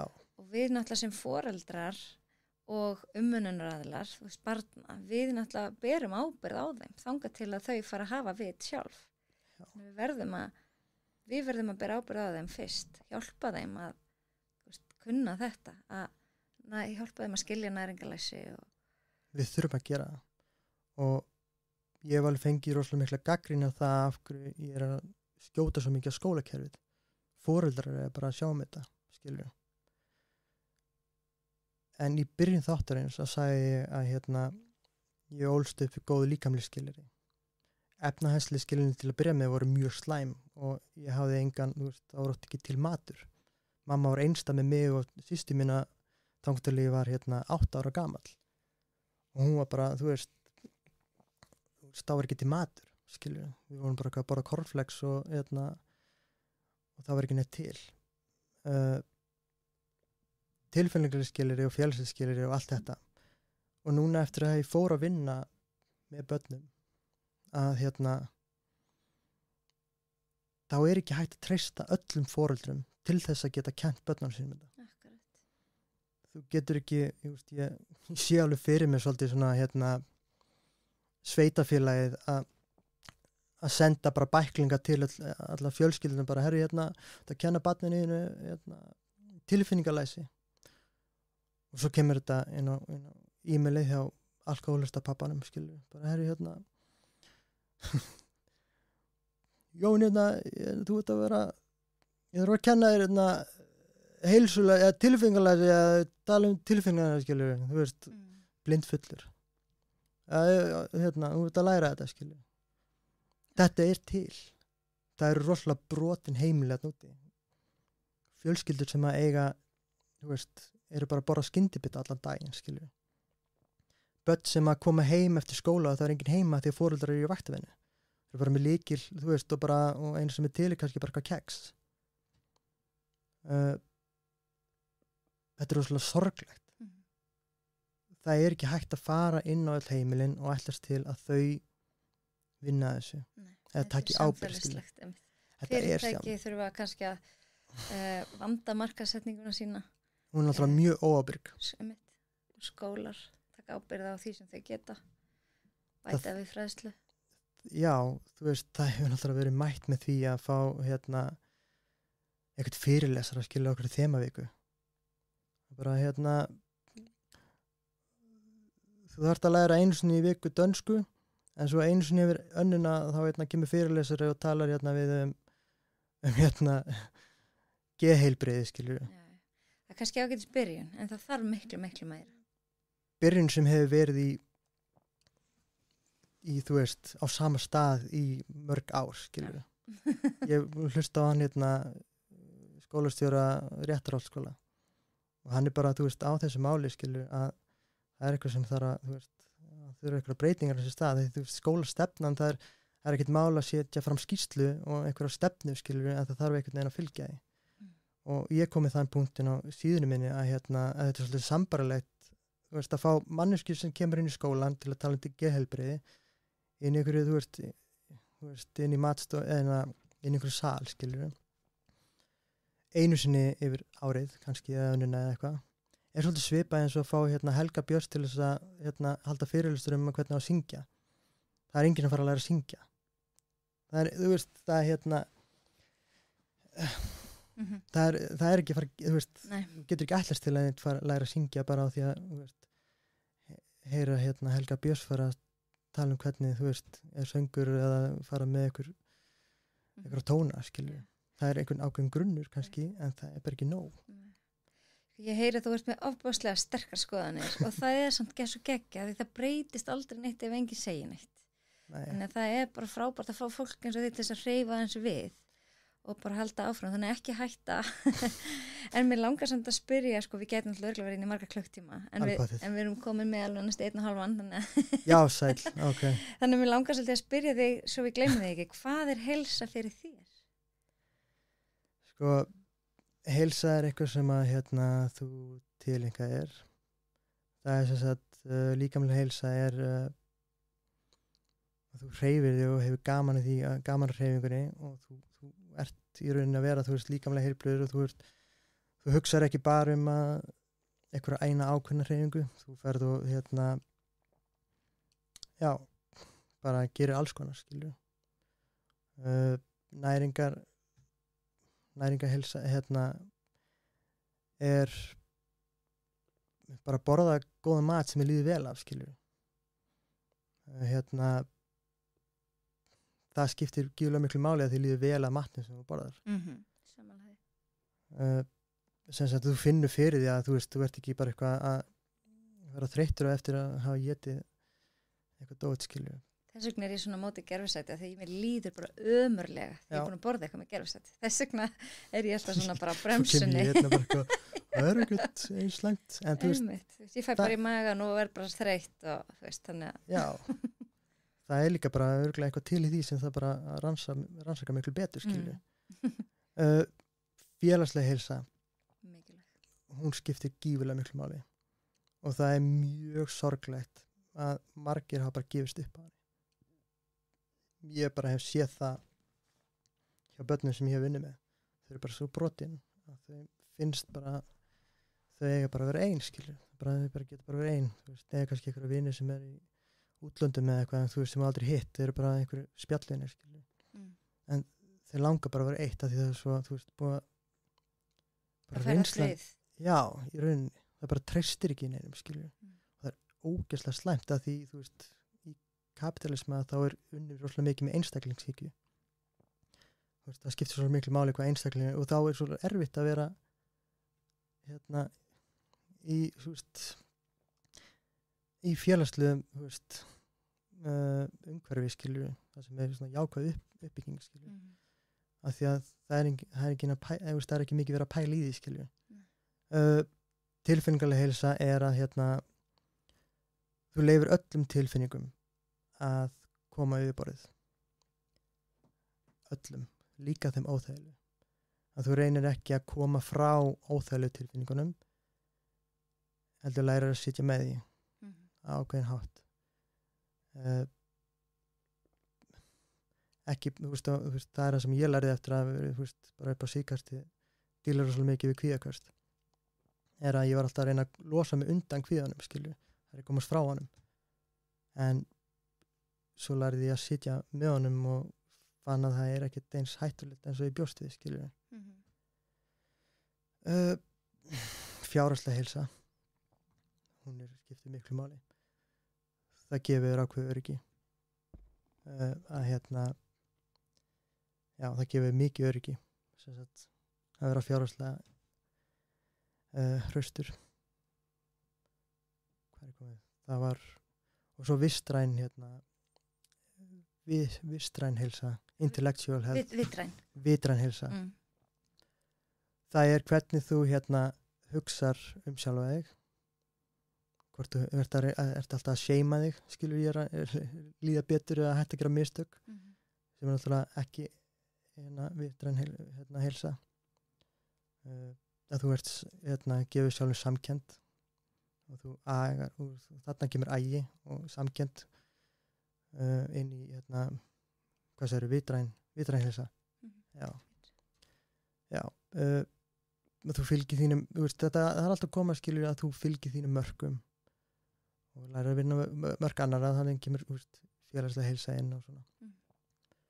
Þetta er alltaf stórt og það er alltaf mikilvægt að við vinnum að þessu í átt að þannig fáum við, skilur, meiri grunna samfélagslega heilsu. Það er sem sagt að samfélagi sé að vinna að því að fólk sé heilsuraust. Það er rosalega skrítið að heilsa sé að raka þegar við erum í rauninni höfum rosalega gott. Akkurat. Að við séum að krabbamein og öll þessi sjúkdómar eru að vera bara miklu tíðnari og bara kvíði og þunglindi og allt þetta er rosalega skrítin þróun og við þurfum þá í rauninni bara svolítið að þurfum að finna jafnvægið. Að við getum ekki verið að við getum í rauninni ekki verið að svindla á okkur svona, að selja okkur alltaf sjálf fyrir kerfið, skilur, sem að gera svolítið mikið og við erum að vinna og þannig eru fullt af fólki bara brenn út, skilur. Akkurat. Ég brann út þegar ég var í háskólanum og var að vinna 100% með því, þannig ég ákvað að segja bæ við háskólan og halda áfram að vinna, með börnunum, mér vil leið bara ekki vel, skilur. Skrítið að brenn út og fullt af fólki sem er til dæmis í háskóla, það leggur all orkuna sína í háskólan sjálfan og fyrir sér ekki að hreyfa sig, skilur, fyrir ekki að hitta vinina sína og að það er bara algjörlega búin að selja sálunum sem fyrir námið. Nám á ekki að hafa þessi áhrif á þig að þú getur ekki sinnt þinni heilsu, skilur. Ekki að vinna heldur. Nei, ekki vinna heldur. Vinna svo mikið, þeir hafa ekki tími neitt annað. Þetta er að það sem við skilur við höfum lært að gera út frá ekki hafa getað tjáð okkur þegar við vorum yngri, bara lært að fylgja. Þetta er að það sem við höfum lært bara inn í framtíðina að að vinnan og svona skólinn og allt þetta skiptir rosalega miklu, það skiptir máli að læra. Þetta er það besta sem að barn gerir á þessum æskórunum er að mæta í skólan, ekki vera heima hjá sér í símanum, skilur. Akkurat. En það er samt að gera það. Og það er eitthvað að, skilur. Þú talaðir einhver staðar að þú hefði farið í svolítið mikla sjálfsvinnu. Já. Fyrir nokkrum árum. Já. Geturðu sagt okkur aðeins kannski frá höfuðtíma? Já, við bara klippum þetta í 2 þætti annars. Fólk tekur mjög langan göngutúr. Mjög langan, sko. Ég lendi í aftanákeyrslу fyrir 3 árum síðan. Hún var mjög óþægileg. Það var ekkert risahögg en setti taugakerfið mitt alveg í algjörum móla og og ég er í vinnunni þá og mér er nú þegar farið svolítið að líða illa ég var að vinna þar í úrræði á velferðsvegar þar sem að markmið mitt var bara að fá barnið til að tjá sig og allt þetta og ég var lent alltaf á vegg við yfirmennunum mína því að það sem mér fannst mikilvægt fannst þeim ekki mikilvægt. Þau vildi bara að barnið mæti aftur í skólan og auðvitað líða vel skilur en það markmiðið var að róa heimilið eða eitthvað svoleiðis og ég var alltaf á vegg og þannig mér byrjaði að líða svolítið illa í vinnunni. Ég lendi þarna í árekstri og er síðan að vinna í eitthvað 1 ár eða eitthvað svoleiðis. Hætti í meðvirkarsambandinu á þeim tíma og mér líður ekkert vel. Þannig er ég allt í einu, hættur að sjá tilfinningakærustunum minnar og farin að pæla í mínum eigin. Og ég sem sagt er búin að vera í endurhæfingu á Íslandi og er bara bara ekki á góðum stað alltaf, bara taugakerfið mitt ennþá bara í mólum og þannig ég fæ að fara í veikindaleyfi og ég flý til Thailands. Þetta er á vegum þegar COVID er ennþá í gangi og mikil streita svona á flugvöllum og svona og ég flý til Thailands einn og allt í einu er ég orðinn einn með sjálfum mér, skilju. Og ég er þarna upp á búin að fljúga þarna er í allt öðru tímabelti. Var eitthvað smá vesen á flugvöllunum og átti að senda mig aftur tilbaka til Singapore. Nei, Grikkland segi ég. Flög millilendi í Singapore. Og fæ alveg massíft kvíðakast upp á hótelherbergi.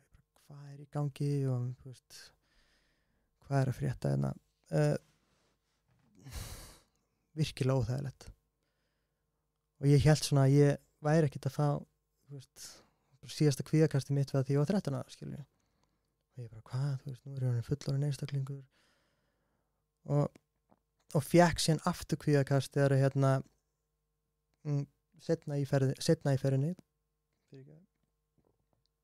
Er þetta þá alveg bara líkamlega einkenni og andlega, hvernig fannst þú að varst í kvíðakasti?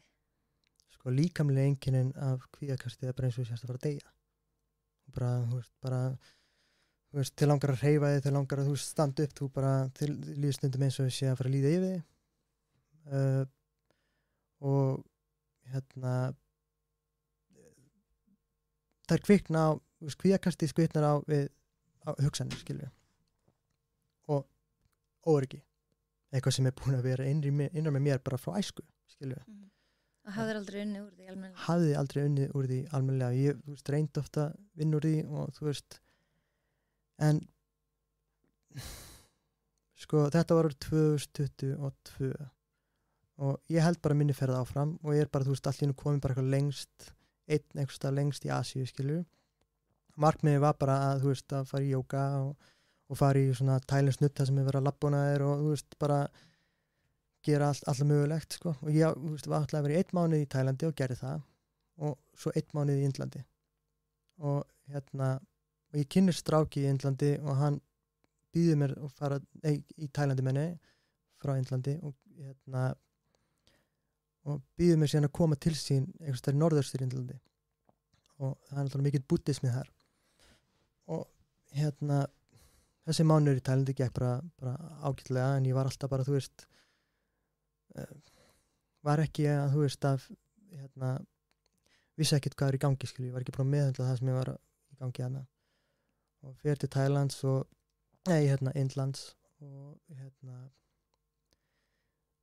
fæ bara ógeðslega matarauturinn til dæmis og ég er rosalega erfiður aðstæði með bara með Thailandsfötum mín einhvers þegar norðaustur Indlandi skítkalt ég bara í einhverjum sundskílu og einhverjum síðum buxum utana, ekki með nein hrein föt og illa lyktandi og eitthvað, skilur.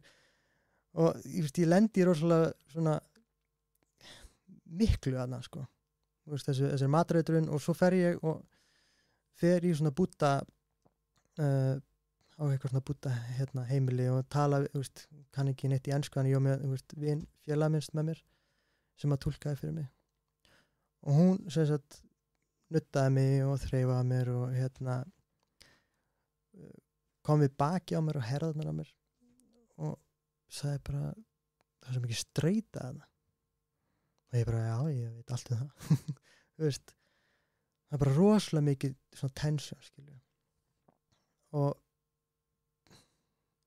Og svo fer ég ferðast alveg í marga klukkutíma og ætlaði að fara til Kerala í svona Ayurveda. En lendi í alls konar þar, kerði í 4 klukkutíma upp á flugvöll. Sem sagt, og fluginu var síðan aflýst og þess að taka aftur bíl í annan bæ og taka síðan 12 tíma nætur strætó til Kolkata. Þarna eru liðin, þarna klukkan, ég byrjaði þessi ferðalagi klukkan 5 morgunin og enda síðan í Kolkata klukkan 8 morgunin daginn eftir. Þarf að bíða þar í 8 klukkutíma og tek síðan flugið til Kerala og fer í Ayurveda dæmið. Og Ayurveda er rosalega mikill matur, þú veist, passa upp á magakerfið og þú veist, og nudd aðferðinu þar er mjög skrýtna, sko. En það er ekkert að tækla óöryggið innan með mér, skilur. Þannig ég fer, svo eftir mánuð þar í Indlandi þá ætla ég að fara til Bali, með vitlaust vísa þar, fékk aftur matreiðun og þeir koma fram með bara eins og ég sé eitthvað glæpamaður og senda mig síðan til Íslands. Ég þurfti að borga, að kaupa flugið á flugvöllunum og svo er ég allan að koma til Íslands og þú veist, eftir eitthvað 70 klukkutíma vöku, skilur, bara ætla að vera í Bali í meiri jóga og eitthvað, chilla og eitthvað, finna meira út úr þessu. Herru, og svo er ég komin heim aftur til Íslands eftir allt þetta rugl og held áfram að fá kvíðaköst og bara svona random ég bara, þetta er ógeðslega óþægilegt, af hverju ég að fá þetta, ég vil ekkert fá þetta, bara ég reyna að forðast þetta, skilur, og svo eftir eitthvað nokkra mánuði þá bara svolítið svona tilvistakreppu og bara svona dissociation heitir það. Ég er undir miklu álagi bara í vinnunni og svona og þú veist, taugakerfið ennþá í rugli eftir þennan árekstur og ég fer til hans Þorsteins sem var í fóstbræðinum. Hann er sálfræðingur og bara ógeðslega þægilegt að tala við hann, bara virkilega klár. Og hann hjálpaði mér með þetta. Og var þetta með hugsanir og það fara alltaf í svona hringrás og eitthvað svona whatever. Og þú veist, hugsanir mín var alltaf að búa til kvíðan, skilur. En ég vissi samt ekki í alveg merkingun á bakvið, en ég náði samt að vinna nógu mikið í mér til þess að halda áfram og hann bara, þú veist, bara þú kemur bara tíminn aftur, er eitthvað vandamál. Og svo líður mér bara ágætlega, en ég byrjaði að vera rosalega hræddur í flugvélum, af því að ég byrjaði að tengja við, þú veist, ferðina mína til Thailands, var alltaf að halda að hún myndi alltaf koma aftur í framtíðinu, þetta kvíðakast.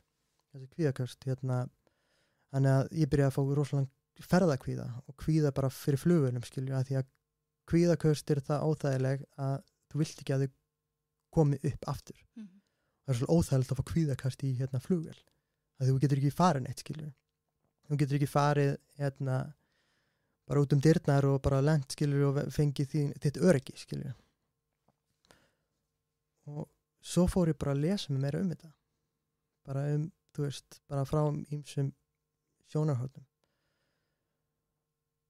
Og vandamálið þar er að ég var alltaf að reyna að forðast kvíðan. Og að reyna að forðast kvíðan er svolítið eins og að reyna að forðast skuggana þér. Eina leiðin til þess að forðast alveg skuggaðinn er að vera í algjöru myrkri. Og þá kemur oft upp, þú veist, mikil fíkn, skilur. Þetta er það sem að bara veikasta fólki í landinu á við, bara fólki í gistikilinu, er að það hefur lent í svo miklu að það er bara í algjöru myrkri, skilur. Og ég ætla bara að benda það að þeir eru ekki aumingjar. Þessi börn sem ég er búin að vinna með, þetta eru ekki aumingjar eins og margir vilja koma fram í, skilur. Þetta er bara ógeðslega sárt, þetta er bara lífið þeirra, skilur. Þetta er bara ótrúlega sorglegt og þau þurfa bara, þú veist, í samfélagsins heilsu það bara þarf samkennd, skilur. Við þurfum að læra það. Og núna á leiðinni til ég fór í brúðkaup í Valencia og þurfti að fljúga frá Mallorca til Valencia og Valencia aftur til Mallorca, það er bara 40 klukkutímar eða 40 mínútur flug, skilur. Og fyrsta flugið til Valencia var bara fínt og svo fekk ég mér smá glas í brúðkaupinu og drakk kaffi morgunin eftir og fekk sér massíft kvíðakast á leiðinni frá Mallorca til Valencia. Ég held ég væri búið með þetta. Og svo lærði ég það að eina leiðin til að losna, sem sagt að ekki vera í kvíða og ótta og öryggi er að sitja með því.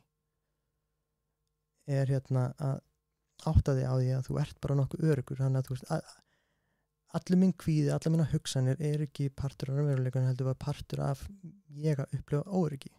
Og fólk sem er í miklum kvíða er þú veist, það getur verið hrætt við, þú veist, kóngulegra, innilokunarkennd eða, þú veist, bara lokast inn í einhverju herbergi, skilju. Það er bara ógeðslega hræðilegt en þú veist, þú ert samt alveg að fara að lifa af. Það skiptir í raun ekki máli hvað þú ert kvíðin við, heldur að horfast við öryggi, þú veist, að búa til öryggi innra með þér. Þannig að ég vissi það að ég var að fara að fljúga til Íslands núna og ég var búin að fljúga endalaust í haustum á mér. Alltaf slæma sem var að fara að gera, skilur, ego mitt var bara hvað þú fara kvíðakast og þú ert bara hlaupandi flugvélina, skilur, bara hvað þú losa beltið, þú ert að taka, þú veist, á loft, skilur, og getur það ekki, þú veist, þannig að, þú veist, kvíðin, þannig ég ákvað bara, eftir að hafa lært, skilur, það er maður sem heitir Eckhart Tolle og ég er búin að hlusta rosalega mikið á hann og maður sem heitir Krishnamurti, þú veist, ég þurfti að læra kvíða og hræðslu og allt þetta til þess að geta áttað mig betur á honum og þú þarft að vera á sama stað og hugurðin þarf í rauninni að vera á sama stað og líkaminn er. Kvíði verður til bara í framtíðinni, þannig ég þarf að hætta að hugsa flugvélina og einblíðin bara á hvað ég er að gera núna, skilur. Þannig að hugsanindar eru bara á 1.000.000, skilur, en ég bara sit sjálfur með sjálfum, eða sit bara sjálfur og er bara að chilla. Já, þess vegna að virka núvitund og huglæsla og svona. Fyrir, ekki fyrir alla. Nei. Fyrir fólk sem að hefur lent í mjög erfum reynslum. Bara líkamlegt ofbeldi, kynferðislegt ofbeldi og bara í æsku, þetta er svo erfið reynsla af lífinu, skilur. Þá þarf það miklu meira. Já, og þá þetta er bara ömurlegt, skilur. Og þá ferðu að hugsa, þetta er þjálfun. Að horfast í áttina við óttaðin, skilur. Við óöryggi þitt. En það er bara að bróta allt öryggi innra með þér eða þú ert misnotaður í æsku. Sérstaklega á kynferðislegan hátt. Eða þú veist, það er búið að berja allt úr þér, skilur. Þetta er bara ömurlegasta reynslan, skilur. Getur fólk, unnið þetta sjálft eða þarf maður alltaf utanaðkomandi aðstoð? Þú ert alltaf utanaðkomandi, alltaf. Bara, ef þú finnst þú hafa lent á vegg með þennan sálfræðing eða annan sálfræðing eða þú veist, þessa hjálp, skilur, eða eitthvað, ekki hætta að reyna að leita. Bara opnaði hugaðin við allt saman, skilur. Það er í rauninni það sem hélt mér gangandi, en ég var aldrei misnotaður kynferðislega og þú veist, ég var bara stuttur ágætlega og tilfinningandi ofbeldi og allt þetta, en öryggið, þú veist, það var alltaf til staðar, skilju, það er alltaf, þú veist, það var alltaf aðna, skilju, og það er aðeins erfiðar að sjá ljósið þegar að þú hefur upplifað svona erfitt, skilju, og fólki sem er í gistiskilunum eða fólki sem bara í gífulegri fíkn, þú veist, það var ekkert bara eitthvað ógeðslega öruggt uppeldi, það er eiginlega bara aldrei þannig, skilju. Horfast í áttina að þessu, leita aðstofar, ekki, þú veist, kvíðalyfin, alltaf Ísland er er í fyrsta sæti yfir kvíðalyf, þú veist, og þunglyndislyf, skilju. Ef við komum aftur ég fór aftur til Thailands núna í fyrra og hitti þar konu sem var í kínverskum fræðum. Og hún var í, þú veist, þetta er Chinate Sang nutt, það sem er nuttað maganaður og það er eiginlega verið að koma í ljóskilju ef að, þú veist, það er mikil stífleiki í ákveðnum, þú veist, þörmum og eitthvað, að þá hefur eitthvað svona ákveðin tilfinninguleg áhrif að því og eftir tíman þá spurði mig Davíð fyrst í svolítið óþægilegt að vera einn með sjálfur og ég bara, já, ég gera það ekki, það er alltaf að hafa tónlist eða, þú veist, eitthvað svona, þú veist, já, þú þarft í rauninni bara að vera svolítið einn með sjálfur og ég gerði það, þú veist, það er ógeðslega erfitt og þú þarft í rauninni að trúa á að þú getur það. Ekki, þú veist, jú, taktu lyf, skilur, en notaðu það til þess að vera einn með sjálfur þér. Það er það sem skiptir máli, af því að manneskjan sem óörugg, sem sagt óöruggið innan með þér litla þú, skilur. Þetta rauninni, þú veist, litli Davíð, skilur, sem var óöruggur í æsku, rauninni að reyna að tala við mig, skilur.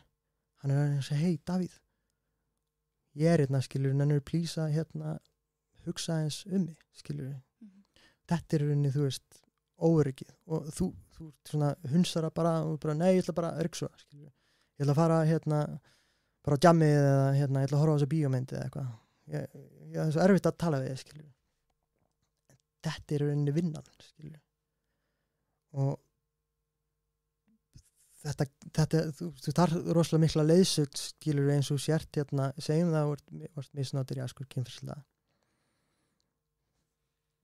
Barnið var misnótt í æsku. Þú, skilur, kannski 35 ára gömul og þau bara ótrúlega erfitt lífið, þú ert kannski verið foreldri og þú ert bara í algjöru svona kreppu, skilur. Með leiðsögn þá þarftu í rauninni að fara að barninu sem var misnotað í hausnum að þér og tala við það. Og þú núna orðið fullorðinn þarft að segja við það bara, hei, þetta allt í lagi. Núna eru bara fullorðinn og ég ætla bara að passa upp á því, skilur.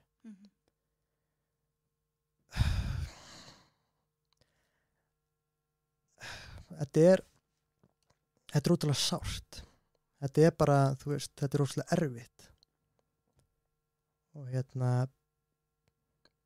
eins og bara vinna mín í hérna, barnavernd, þetta bara reynslan sem að fólk hefur þurft að gangi gegnum bara ömurleg. Og það nota það sem afsökun, skilur. Við það sem að gerast í dag, skilur. Bara að ég þú veist. En þegar það reynir að tjá sig, að þá færi það frá fólki sem að var kannski tilfinningarlegar vanrækt í æsku hérna, og það fær bara að heyra áföll ekki afsökun, skilur. Það lenda allir í áföllum. Já, það lenda allir í áföllum. En það fá ekki allir rétta stuðningin út í. Og hérna og þetta eitt af þeim, skilur, að fá bara að heyra þetta. Og bara letingi eða aumingi, skilur. Fólk dekkir ekki alla söguna.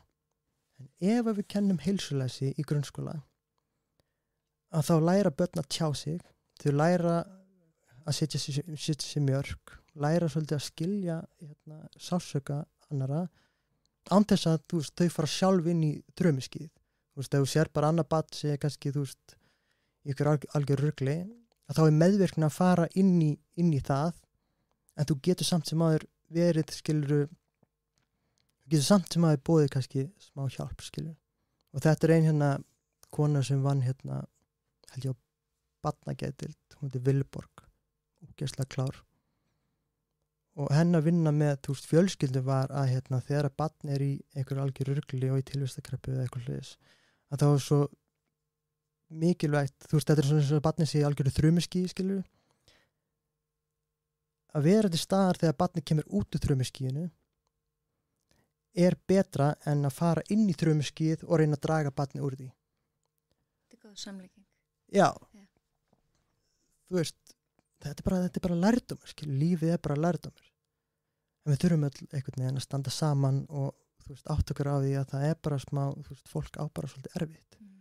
Sumir eiga betri en aðrir. Og hérna, og ég algjörlega hlintið því að við þurfum að breyta skólakerfinu. Og þetta sé svolítið svona eina leiðin, þú veist, það er róttæka breytingar, skilju. Það þurfa að koma næringafræðingar inn í skólan, það þurfa að koma, þú veist, geðlæknar inn í skólan, eða bara sálfræðingar, skilju, sem að vinna með börnum. Ja, markþjálfarar og allt þetta, og þurfa bara að vera með kennslu. Bara á, þú veist, bara aðalnámskrá, skilju. Það sé bara partur af því. Algjörlega.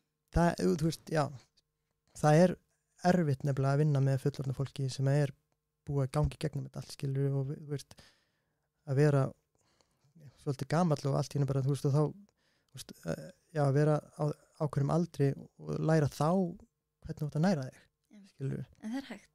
auðvitað er hægt og það er vinna sem skila miklum árangri. Ég er búin að, ég er búin að fylgjast með þínum þáttum allir, svolítið svona jákvæðir skilur og mikil uppbygging og lærða að elska þig og allt þetta er skilaboð sem að börn þurfa líka að heyra skilur og eru svolítið svona skilin út innan finnst mér. Eftir mína vinnu í velferðarsviðinu og allt þetta. Við þurfum bara að fara að búa til barnaefni saman. Hvernig verður það? Heilsulæsi. Já, en að því við erum að lesa rosalega mikið erfiða sögur frá skólanum skilur. Bara börn í kvíða og síminn hefur áhrif skilur. Akkurat. Auðvitað hefur hann það. Ja. Þetta er svona við ólumst aldrei upp í síma. Allt í einu komið sími og alltaf tengdur heiminum og stanslaus samanburður. Já, og það er bara verið að fanga athyglina skilur. Og auðvitað er þá ADHD í miklu massavís skilur. Þó þessi ADHD getur verið genatengt skilur. Að þá þurfum við líka að skoða af hverju það blossa svo mikið upp. Það er að því að börn eru bara inn í haustum á sig skilur við að reyna einbyttingin ekki staðar að því að þau eru ekki til staðar skilur. Og það þarf að virkja það og þá fá barnin til þess að elska það sem er að læra skilur. Og hvernig er það? Að það hefur smá meira vald yfir því það sem vill læra. Kannski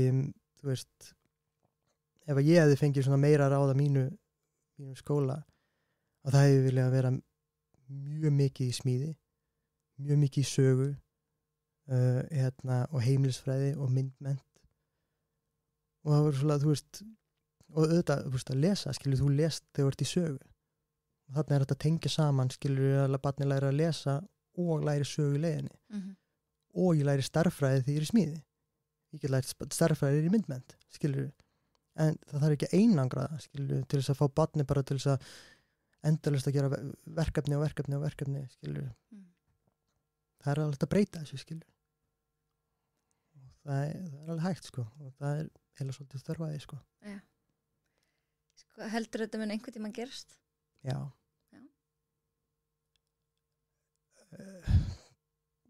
Alveg pottið.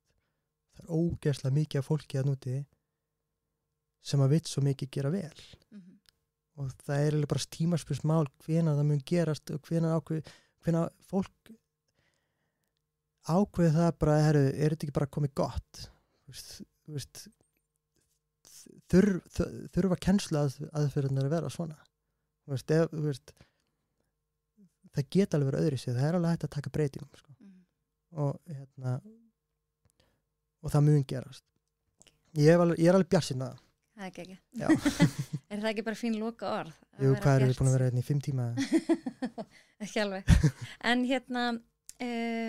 mér langar bara að þakka þér fyrir að vera einlægur. Ég sá alveg að tók á þér að deila, sumu, en bara takk kærlega fyrir því ég veit að þetta hefur góð áhrif á aðra sem eru kannski í sömu stöðu, eru að glíma við kvíða eða eitthvað svipað eða eiga einhver óunnin áföll í æsku og kannski skilja það aðeins núna af hverju. Já, fólk getur líka bara, það er ekkert mál fyrir að senda mér skilabáð á Instagram síðuna sko. Æ, það er frábært. Það er ekkert mál, þú veist. Ég skal setja link undir þáttinn. En mér langar að enda að færa þið smá gjöf frá einum af samstarfsaðalunum mínum. Ég er svo ótrúlega heppin að ég bæði með Netto og Spíruna og svo Heilsuhilluna sem eru styðja við bakið á mér svo ég geti gert þetta flotta efni fyrir hlustundir. Takk fyrir þetta. Og veglegu gjafpóki handaður og þar er einmitt til dæmis svona það er alltaf að tala um að því að heilsan kemur oft úr þú veist að tala úr maganum, þú veist með maganuti það eru bæði góðgerlar og meltingar ensím og eitthvað sem geta stutt við ef maður er að glíma við eitthvað þá geta það hjálpa. Þetta er bara alveg snill góðgerlar í maga sko. Já, nákvæmlega. Þetta er á leið, skilur, þú ert komið þetta podcast ekki fyrir 10 árum, skilur umræðan var ekki svona fyrir 10 árum, hún er núna og hún ábara eftir að vera meiri, skilur, eins og þarna holistic psychologist á Instagram, það var engin umfjöllun þetta og svo allt í hún opnaði á þetta vandamál, skilur, jasku og eitthvað og þú veist, þetta er á rétti leið en það er líka, þú veist, eitthvað svona, þú veist, sem að er ekki, kannski, þú veist, Allt í rétt átt. Allt í rétt átt, já. Akkurat, já, mér finnst það. Ég er alveg samanlega því. Það er alltaf góðlið. En bara takk enn og aftur fyrir frábært spjall. Þetta er lengsta hlaðvarp til þessa, til hamingju. og bara njóttu þín á Íslandi og góða ferð aftur heim. Já, takk. Og bara ræðislegt að koma. Og ég er virkilega þakklátur að fengi mig og haft samband við mig. Já, mín er ánægð. Takk. Ég hvet þig til þess að fylgja hlaðvarpinu á Spotify eða Apple Podcast eða öðrum streymisveitum eða þú ert ekki nú þegar að gera það. Og nú er einnig hægt að setja inn ummæli þáttinn og mér þætti rosalega gaman að heyra frá okkur. Og svo er auðvitað Instagram, Heilsuerla, þar sem ég seti inn fróðleiksmóla úr öllum þáttunum. Þannig að endilega fylgja mér þar líka.